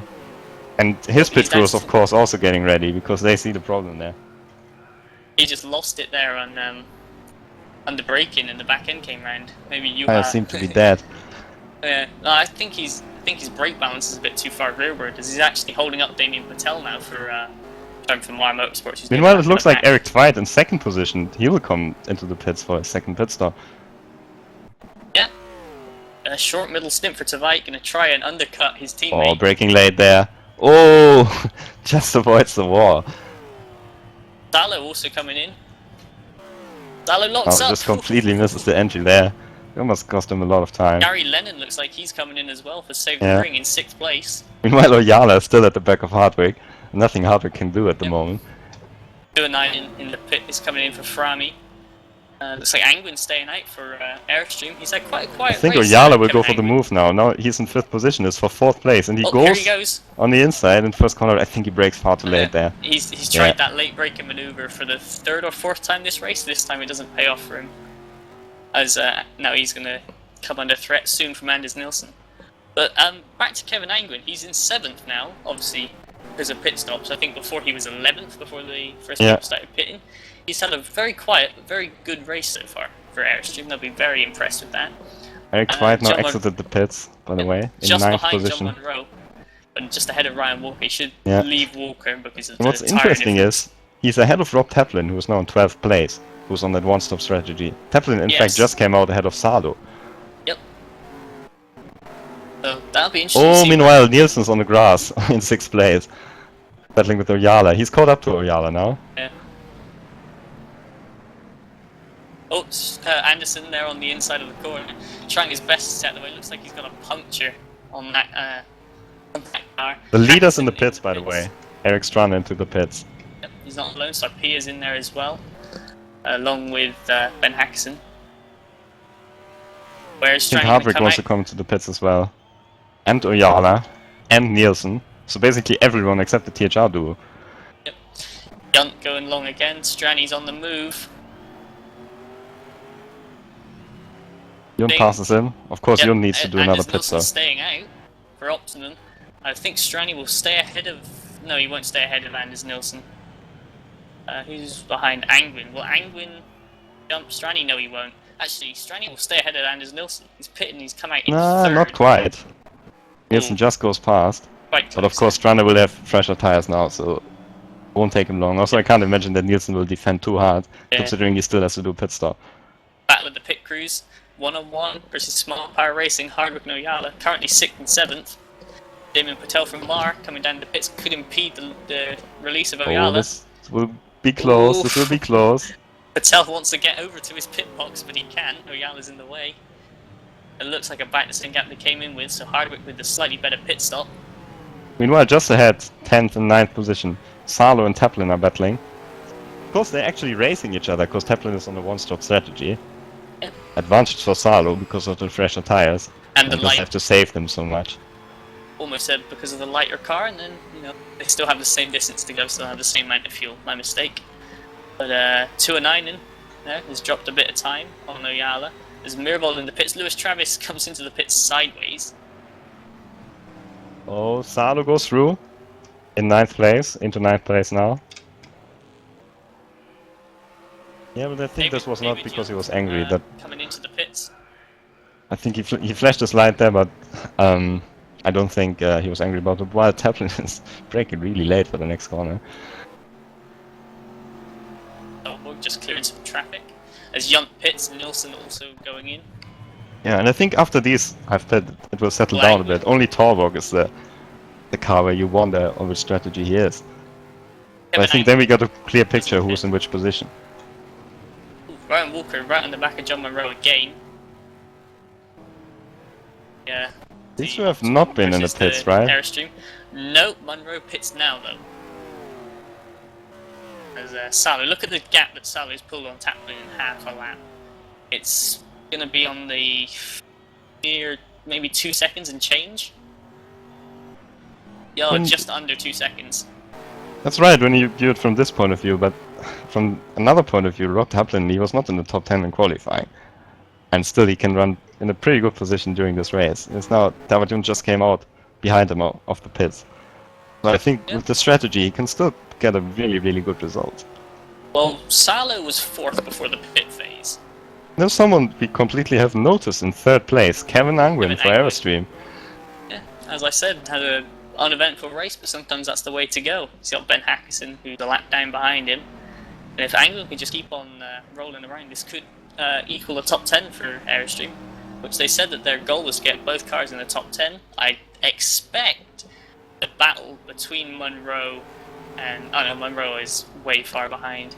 I expect that Angwin will be near enough to the top 10 now, so they got half of their goal, which is going to please them. And yeah, on fresh rubber, Oscar Hardwick pulled away from Tommy Oyala massively, as well as Oyala to Nilsson.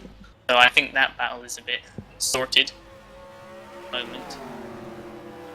Oh, John Munro, 14th, came out right ahead of Mervold. This battle's coming on again. Mervold has repaired the front end damage, which... Okay. Oh no, he hasn't. Brian Walker is pitting now from 5th position. And you can already see how fast Russell Salo is going at the moment. Catching up. Salo gets it slowed down.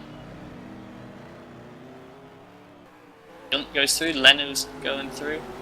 Hardwick probably as well.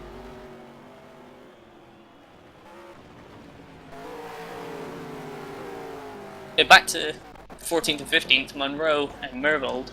Aerostream versus Save the Ring. This is getting closer and closer between the two of them. I think Mervold pitted a lap or so sooner, so Munro will have fresher tyres, but they may not be up to temperature yet, whereas Mervold's are. And just behind them there's Jesper Tolborg coming out of the final corner. I think with Tolborg, this is like the only question that has not been answered so far in this race. Can Jesper Tolborg really pull off one-stop strategy here? He's still doing really fast time. He's still in 39s, and it was a 39.2 that he just finished. Well, this is on 13 lap old tyres. They should be coming towards the point where they're going to drop off, assuming that's what his setup has done, and he hasn't done anything to make them last any much longer than anybody else's. But the gap is still 19.6 seconds to Eric Strane. So even if his tyres are dropping off, this will be really close. Strane can even catch up.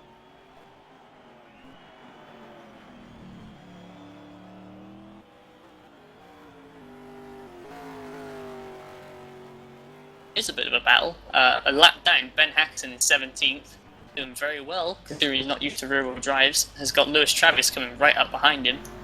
Travis pushing hard to try and make up for a lap 1 collision that saw him drop way down to the back. Of course, these guys are pushing hard because the top 15 actually get points in this race. Yep. So, like, just out of the points at the moment, but maybe something and Ryan Walker is a ways ahead, but not uncatchable. Yeah, Angwin is now on the pits, by the way. So. Be interesting to see. Kevin Angwin is now on the pits in 11th position. He'll come out ahead of Munro, but behind 209 and ahead of Munro. Yep. He'll be comfortably ahead of John Munro. There's Moussaidis going past, the Greek driver. And he's in 12th place now. That's pretty strong. There's still a top 10 possible, I guess. He's looking for the inside for 5th place. Taplin on his one stop. He needs to try and defend from Junt, because they're now racing to the flag. Junt's going to do a cut back through that fast kink and up the inside. Yeah, that's a good move from David. Yep, that's the position. Top 5 now for David Junt. No one would really have expected that after qualifying. Yep. Eric Once again, very Strani closing in like performance. mad on Tollborg. I think that was a second or so in the last lap. Jesper's tyres are starting to go, but Strani's within one pit stop of Jesper, so I believe that Jesper, if he has to pit again, he will not win the race, but if he can somehow keep the car on track for another 10 laps without losing 1.8 seconds or more per lap, then he may still win this race. But I think if Jesper really has to pit, he should do it now, because he's just losing more and more time on these old tires, and it doesn't make any sense to pit late, because there's only one tire compound you can choose from. So you can't go on any soft tires or so, do a splash and dash. And I think if he pits now, he should come out in second, but that yeah, would be close. I think if he continues driving like this with this pace, Dwight will jump him if he makes a late pit stop. Yeah. So I think the way he's driving, it only makes sense if he's on a one-stop strategy. But then I can't really see that his tires are holding up for such a long time. We'll Gets now to 16 seconds. Yeah. Even if he can pull it off, Strana will come really close in the end. 9 to go. Looking out for a few. Not really any battles inside of the top 15 at the moment, so the points are all looking fairly assured as Matthew Allington pits from 16th. The furthest forward battle is Lewis Travis and Ben Hackson. However, Travis has just got past into 17th and will be pulling away with the aid of a slipstream from Eric Tveit.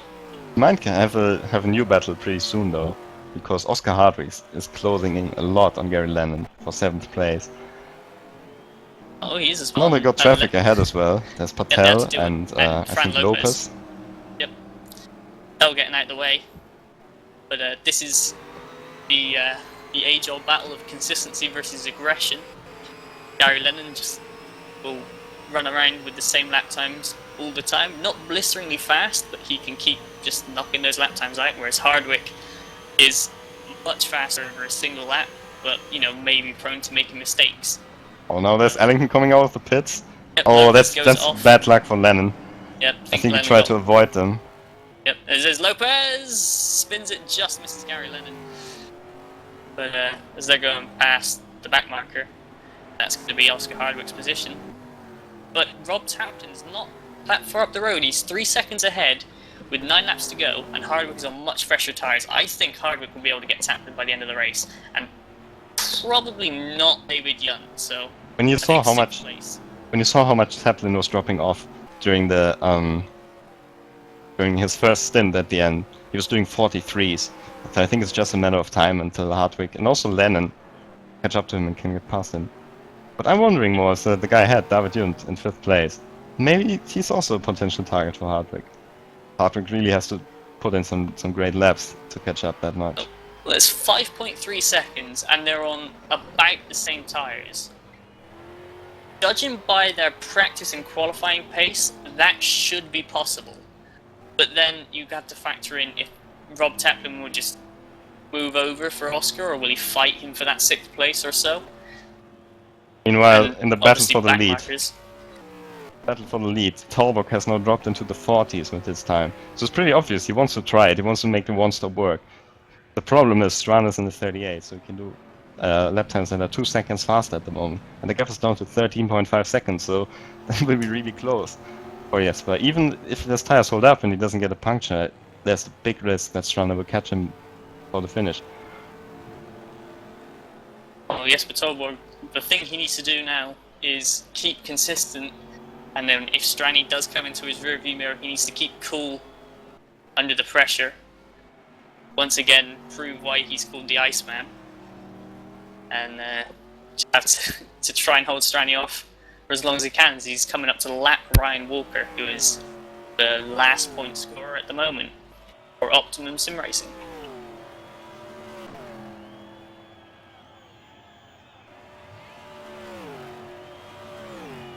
So as we have 7 laps to go, the current order is Jesper Tolborg leading for THR, ahead of the 2 ice colds, Eric Strani in 2nd and Eric de Veit in 3rd.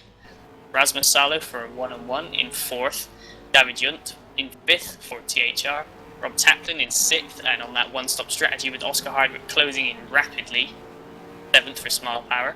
Gary Lennon in 8th for Save the Ring, Tommy Oyala, the second one-on-one car, in 9th, with Anders Nilsson in 10th for Optimum. Since you had 2-9 for Frammy, the 2 Airstreams of Angwin and Monroe in 12th and 13th, Olin Maris Mirabel in 14th, and Ryan Walker rounding out the points scorers as it stands. Now we also have a battle again in the top 10. Rob Taplin in 6th position and Oscar Hardwick in 7th position. As predicted, Hardwick has caught up. Now he's in the slipstream, and Taplin actually tries to defend. Oscar gained 1.4 seconds. Oh, what's Hardwick doing? What are they doing? I'm not sure if that was Hardwick's fault, to be honest. They make contact on the straight. This is really not necessary. I'm not quite sure. Might have been Taplin as well, pulling a bit over. I don't know why they're doing it. Well, Hardwick is clearly faster at this stage, and Taplin has to save his tires. And now Hardwick can see David Junt just going into turn 3 there. Meanwhile, Jesper Tolborg, only 10.5 seconds the gap to Eric Strane. Losing a lot of time at the moment. Yeah. 6 laps to go. If you can keep it, under 1.5 seconds per lap, Jesper's in good shape. That was a 1:40.5. That's not really a competitive lap time. I think we will see Strane do a 38. He will cross the line pretty soon. Well, Tolborg will start to 38.3. That's over 2 seconds that he just gained on one single lap. Tolborg is really struggling at the moment. He'll start to appear on the long straights, just a speck in the distance, but Strani will know what that speck is. But well, someone gone off. And Gary Lennon's closing in a bit on Rob Taplin. That 7th place is by no means safe for Rob. Looks like there's been an incident between Damien Patel and Joshua Anderson at the back of the field. 25th and 26th, the 2 last running cars. There's actually 3 laps between them. They've been both seen off in the same corner. I've just checked my replay. It was 2 separate things. Anderson went off and Patel went off to let Juha 2-9 and passed.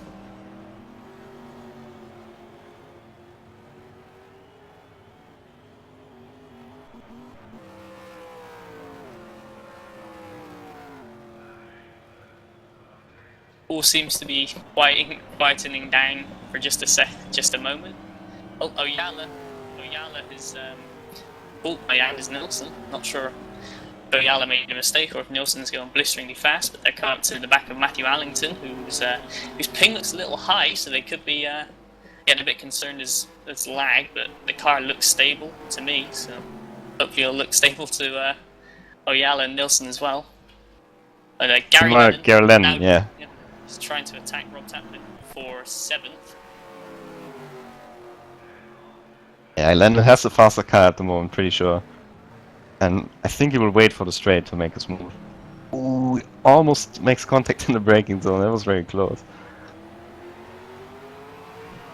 I think Gary will try and get past Taplin as soon as possible. Here he goes, going for the gap, but backing out when the gap disappeared.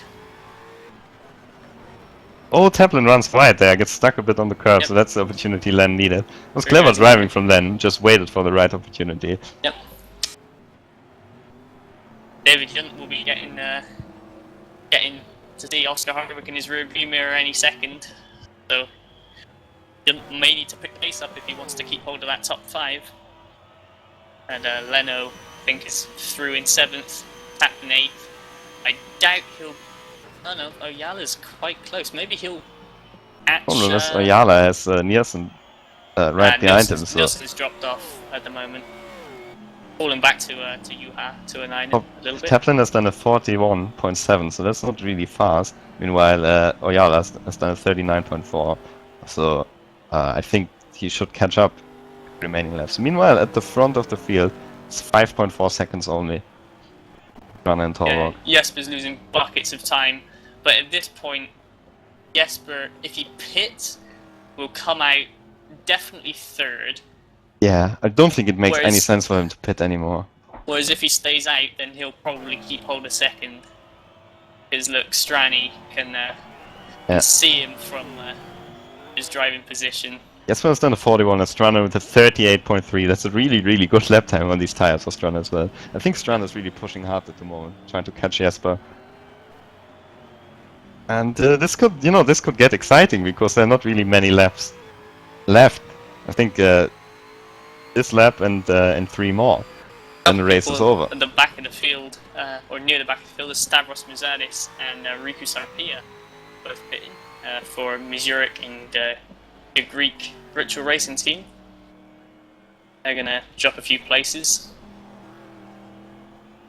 Otherwise, no really close battle. So I think we can focus on the leaders now for the final laps. David Yunt clearing some traffic there in the form of Ben Haxon. Yunt is also probably too far ahead of Hardwick that Hardwick can catch him. This could get exciting on the last lap, maybe. There's 4 seconds between Salo and Yunt, and then 4 seconds between Yunt and Hardwick. Around 3.3 seconds, he's now really gaining, and I don't think Jesper can hold him behind him for the rest of the race. I mean, you can see Jesper Torvog, and Strana, he knows it as well, how much he's gaining, and he just gained a chunk of time only in the last sector here. You can see how slow Torvog is going at the moment. Strana can use much more of the road. These two, it's gonna be for the win. Yeah, but I don't think Torvog can really defend with the car that he has. Well, will cross the line. That's impressive.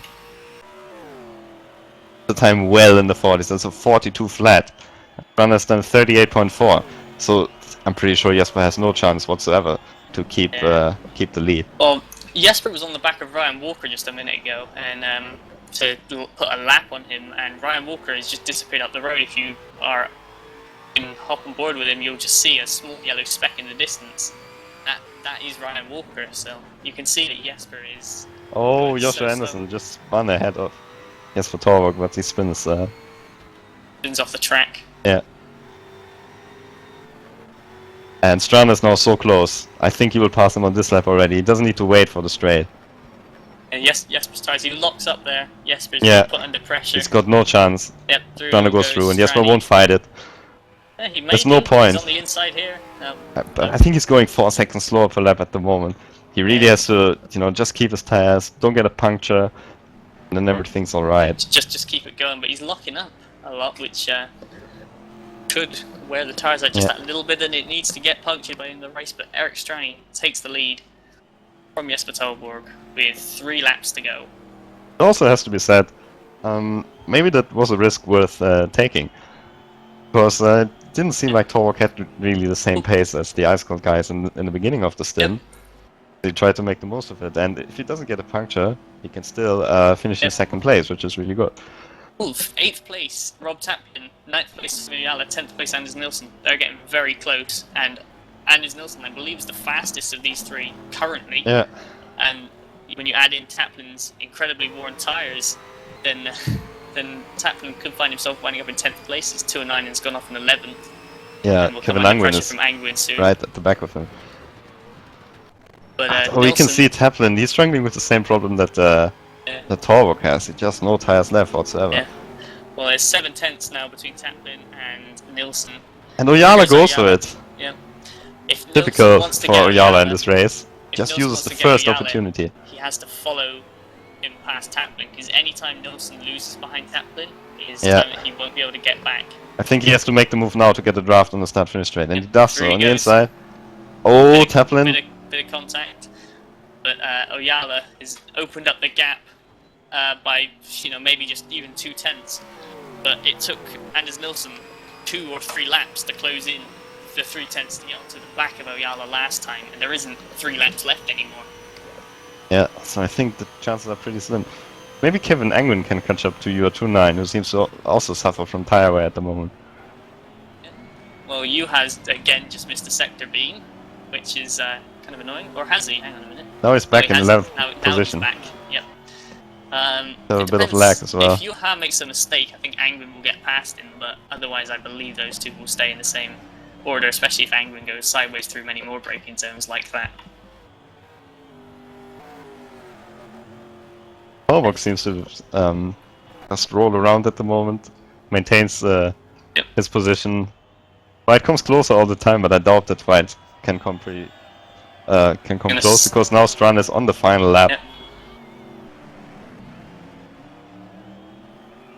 Going into turn 1, all Strani needs to do is effectively keep it out of the wall and keep going in the right direction, and he should be able to win this race. Got some traffic way out ahead of him. That's the battling Mirvold and Ryan Walker for the last couple of points positions, but they shouldn't come into effect. He's also so experienced that I can't really imagine him making a mistake. Yeah. So barring any technical failures, which would be heartbreaking for him at this late stage in the race. Meanwhile, Nielsen has gone past Oyala. Yeah, he has. 8th position now, Anders Nielsen, but Oyala has to draft on the straight, so maybe he can fight back. And you've seen Oyala, he's going for every move in this race. Yep, Tomio pulls out of the slipstream. 9 and Angwin are close behind, as well as Mirvold and Walker. But, can he make it stick? Can Tomiyala make it stick? Breaks late, but not too late. Oh, a bit of contact. They're going to be side by side on the exit. I think he's got him. Yeah, he's got him. Eric Strani in the second to last corner.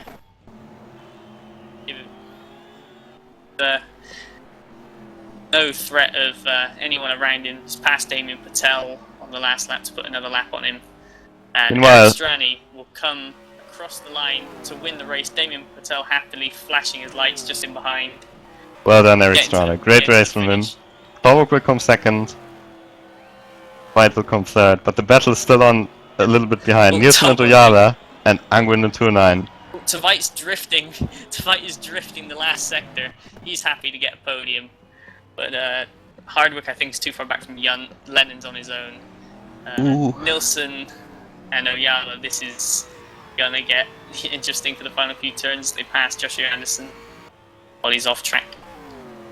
Yeah, but I think Oyala's got enough now because the start-finish straight, I mean, the straight is really long, but it comes still quite early, so I don't think he can get past before.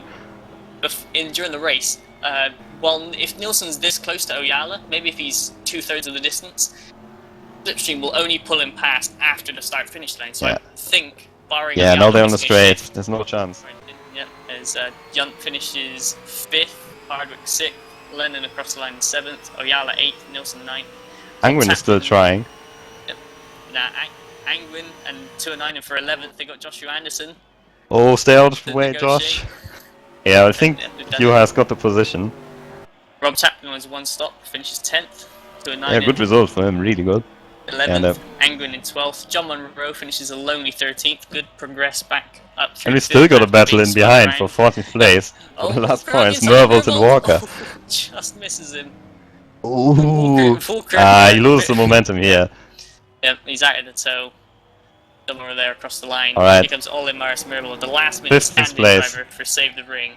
14th place and 2 points. Ryan Walker, a point for Optimum, and that's everyone who was on the lead lap. So in 16th was Lewis Travis, having a decent recovery drive. Ben Haxon 17th, he'll be quite pleased with that, I assume, because he's not really that used to rear-wheel drives. Matthew Allington in 18th. Brand Lopez in 19th, joining the group of them in turn 1 doing donuts. Happy to get to the end of the race. Calvin Holmes at 20th. Van der Wild 21st. Stavros Mercedes 22nd. Riku Sarpia 23rd. Tim Straub gets to the end of the race 3 laps down in 24th. Damien Patel 4 laps down in 25th for Team Mar Motorsports. And rounding out the finishers is Joshua Anderson in 26th, who is 7 laps down. But still got to the end of the race. What can we say? Great drive from Eric Strane, deserving win. He was really, really quick. And yeah, Jesper Torvik, he tried everything. He tried to make a different strategy work that was quite unusual. And he ended up finishing 2nd, but it's still a really good result for him. Fight on the podium, didn't look like it after he was stuck behind Strane in the pit lane for a moment. But also a really good drive from him. And now we will be joined by the drivers for interviews, hoping to get a word with the race winner as well. Race winner is currently not about, but we do have John Monroe here at the moment. Oh, here's the race winner, Eric Strani. So I think we will just have a word with Eric Strani first, Mike. Yep. Congratulations, Eric, on the first win of the Top Set V8 season. How was that race for you? That was it was looking quite dark after Jesper had done his pit stop, but because I thought that gap was a bit too much to actually be able to catch, but I don't know, his tires went off by 4, 5, 6 seconds in the end, and yeah. I had a big margin at the end, as you probably saw. Yeah, we were wondering about Jesper's pit stop. When you didn't see him, when you saw him stay out 2, 3, 4 laps later than you, were you at all worried that you wouldn't be able to catch up if he was doing a one stop? Well, yes and no, because I was watching his lap times before his first stop, and they were, I mean, a lot fast. They were like the same ones I could do after my just 14 laps, and he could do them after 22. So I was a bit worried after I came out, did my stop, and then when he had done his, like I said, but then I just saw his tires were just going off a lot at the end, and yeah, I caught him slowly and steady and got back fast. Yeah. Well, congratulations on winning. There were a few drivers who were behind you, such as your teammate and Oscar Hardwick, who had issues with their pit stops. Do you think that you could have kept them at bay had they not had those issues? I'm not sure. I mean, Oscar, I saw that he had I saw what he happened to him. He had some big trouble or something, but I'm not sure about him. Well, his tires went off a lot at the end, so maybe if he would have kept it calm, then possibly. But Oscar, it's hard to say. All right. Well, thank you. Congratulations on the win, and see you at the next round. Yes, Box. Alright, so we will move on to the next interview, and now we can have a word with John Monroe, who we had to shuffle back a little bit before. So, John, can you hear us? Yep. So that was quite an exciting race for you, because you had to charge through the field. What happened in the beginning of the race? It was an eventful first lap. I mean, I got a decent enough start, and was just trying to be careful on the tires, not have an incident, and basically just get around it in one piece. But unfortunately, it kind of went a bit wrong towards the end. I think I started getting passed by a couple of guys because I made a bit of a mistake going into the right-hander at the start of the third sector, and then I think Lewis just made a mistake. He was on the outside of me. I think anyway. I mean, obviously, I haven't watched any replays, so I'm not sure. But I think he just made a mistake and hit my rear and spun me around. And from that point on, it was basically fighting back from 30th position, which was a bit of a struggle with the damage. Yeah, but you still made it into the points in the end, so good drive from you. And also, yeah, you're still driving this league for Aerostream, and although it's you will join THR for the future as well. So your teammate got a pretty good result as well. So how was the race from the Aerostream point of view? Yeah, I mean, it was good. I mean, obviously Kevin wasn't on the team speak with me during the race, unfortunately, but yeah, it's been panning out good. Obviously, I'm racing for them in this series because that was the intention anyway from the beginning. So obviously carried that on, and it's a bit disappointing to come away with the 12th and 13th because I know we had the potential to be right up there. I know I had the pace during the practice to be a lot quicker than I was, but I'm happy. Judging by how the race went, I'm happy with 13th in the end result. It is points. And hopefully we'll be able to improve a lot on that in the next one. But yeah, Kevin did a great job as well. Alright, and I think this was your first race in these cars, right? Yeah, so how did you enjoy it in general, like the driving these cars? Well, I mean, I got a bit of everything, to be honest, because I had quite a lot of free track, towards the end of the race where you could learn about consistency, and I also had obviously a lot of cars to pass, so I got to know a bit about the cars and how you can make them work and how they run with a bit of damage. So yeah, they were great fun. I have to say, I really enjoyed the race. 44 laps, half of them were empty space in front of me, and I still managed to really enjoy myself. So I can tell I do like the cars. Alright, I'm not sure what happened there with the sound, but yeah, great job, John, and I hope you can improve a lot for the next races, and yeah, speak to you soon. So I think Mike now has David Jund. Yep, I do. Hi there, David. Good performance in the race today. Started 16th, worked your way up to 5th. How did that go for you? Well, I've had to install game today, and just thought, hop in the Sharkskin's car and hope for some E15 results. And then, yeah, well, Chris wasn't there, so he was there, but yeah, there was some problems, so I jumped into the THR car and then tried my best in qualifying, but I'm not sure. I think I'm just lacking qualifying speed yet. As for the race, yeah, well, advancement was quite okay. I managed to overtake some guys and, like my usual pace, get somewhere where I could take that pace, not being held up when I passed most guys. And then just trying, well, actually I tried one stop, but at least there was calculation it was possible, but tires were just too bad, so I decided to go 2 stops as well, even though I had, well, 60 liters too much at the start. So went in, first pit stop was quite good, came out, retrack, and yeah, well, from there on it was just looking where would I finish in the top 10, and even was, well, to some bad luck with some other drivers, I've found myself in P5, which is much more than I could have hoped for tonight. Yep, congratulations. I think that you were the biggest mover, or certainly the top 10 of today, so that was congratulations for that, and we'll see you at the next round. Yeah, thank you. See ya. I believe Rob now has Oscar Hardwick. Yeah, I have Oscar Hardwick here. And Oscar, that was a brilliant, brilliant race from you in the first stint, and then it all went wrong when you entered the pits. What happened there? I'm presuming some colour blindness is to blame. There's a blue flag and I got raced for it, squeezed into pit lane, and you can imagine that you'd be frustrated leading the race having someone race you like that. It was just absurd and stupid. And so I just misclicked my pit limiter out of frustration going to the pit lane. It was marginal, the speeding, but it got me a drive-through, which is a nightmare.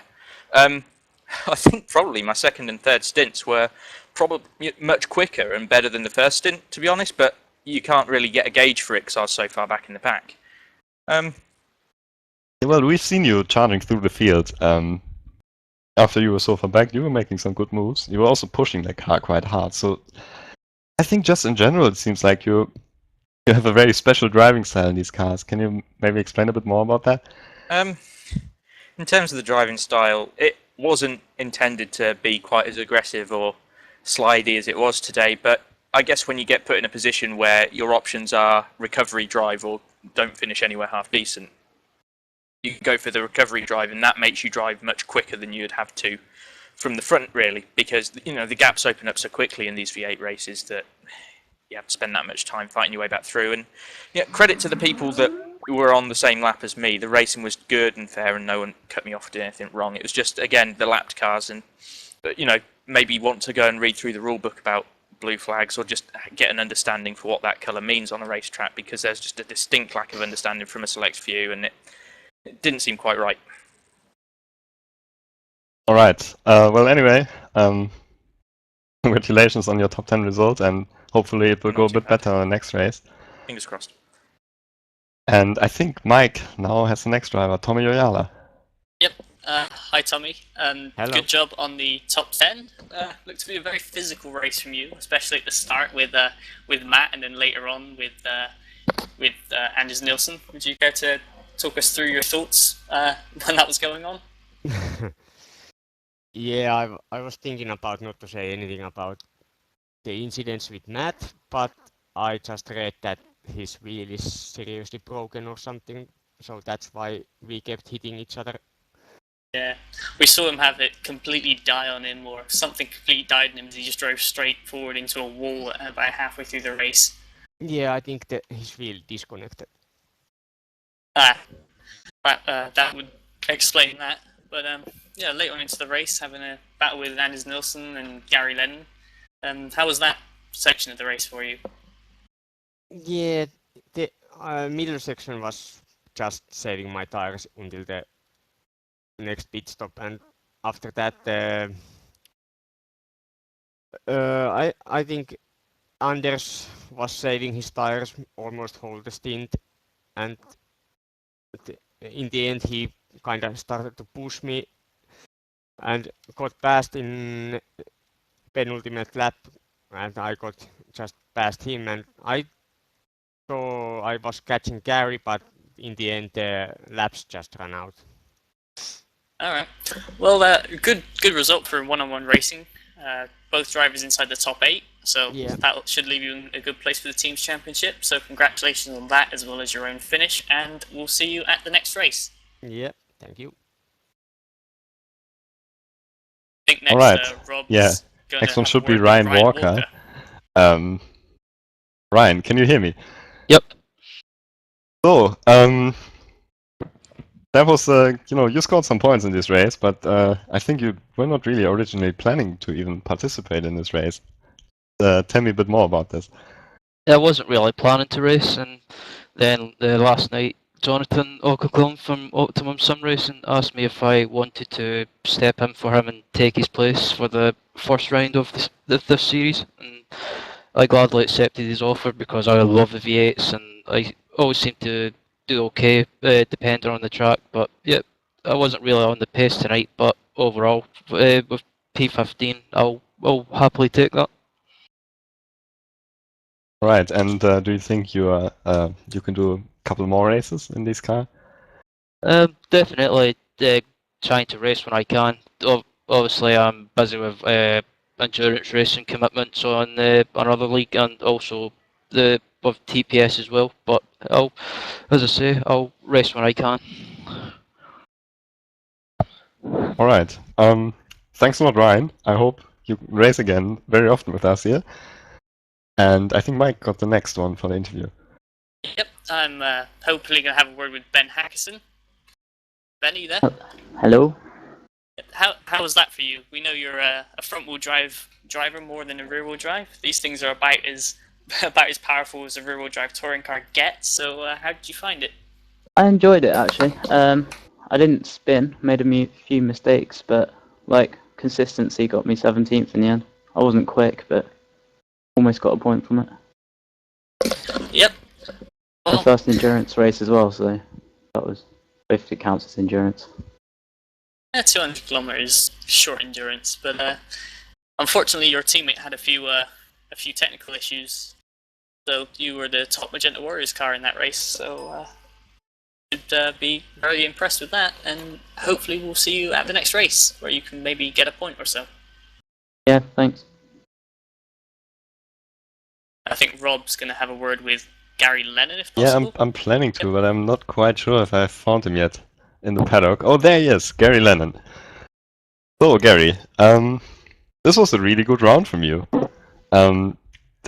We were not really sure if you would drive in this event, and then you showed up on the entry list one day before, and yeah, really good result. So, what happened?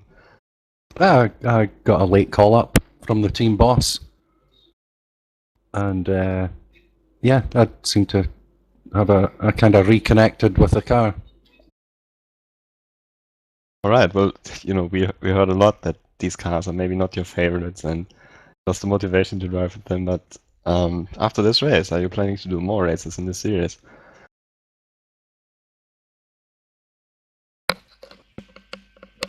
Seems like we lost Gary Lennon. I've actually got another TeamSpeak going on in my ear just now. I'll fix that. So good. So I'm not sure. I'm fixed now. All right. So Gary, are you planning to do more races in this series after this? I would love to do more. I had a lot of fun tonight. All right. Well, that's great to hear. And yeah, it was good to watch you on the broadcast. Yep. A lot of good moves. Good fun with Anders and Mr. Tommy O. And Matt for a little while, until he went kind of southwards. Yeah, he had technical problems, unfortunately. It looked very technical from where I was sitting. So yeah, but anyway, great job, Gary, and see you at the next event. And I think Mike now has the final interview partner, Mr. Joshua Anderson. Yep, I do. Hi, Josh. Hello. Finished the race, which was quite good. How was it for you, considering you didn't really have that much practice on the day? You showed up just in warm up. So how did you find it? I guess I couldn't. I think, to be honest, my entire day so far has been plagued with catastrophically bad luck, and I think it was nigh on a miracle I even made the race, to be honest. I think I turned up just before the race started, and I got a decent start, I'll give myself that, but then it kind of all went downhill from there on. Lap 30, I got a puncture. That cost us about a lot of time in the pits, and then just ended up 6-7 laps down. So I guess that pretty much sums it all up, really. But Yeah. Well, a finish is a finish. Hopefully, you'll get a bit of better luck at the next event. So we'll see you there. all right. All right. These were the drivers for the interviews here, and this has been the first round, the Top Step SRP Top Step VA Championship, and we've got a couple more rounds coming up. I think you should see the calendar now. In 2 weeks, we have the next race at Ruapuna in New Zealand, and this track should be very, very exciting. It's not as wide as Fuji, so yeah, hopefully the racing will be just as good as this time. I want to say thanks to Sim Racing Pro, who helped us a lot with setting up this championship, and Ian Rob in particular. So thanks a lot that we got this running. My name is Robert Wiesenmüller. Mike Bell was with me in commentary, and Lewis McGlade was in cameras, our unknown hero for this event. So thanks a lot for watching. Hope you enjoyed it, and see you next time.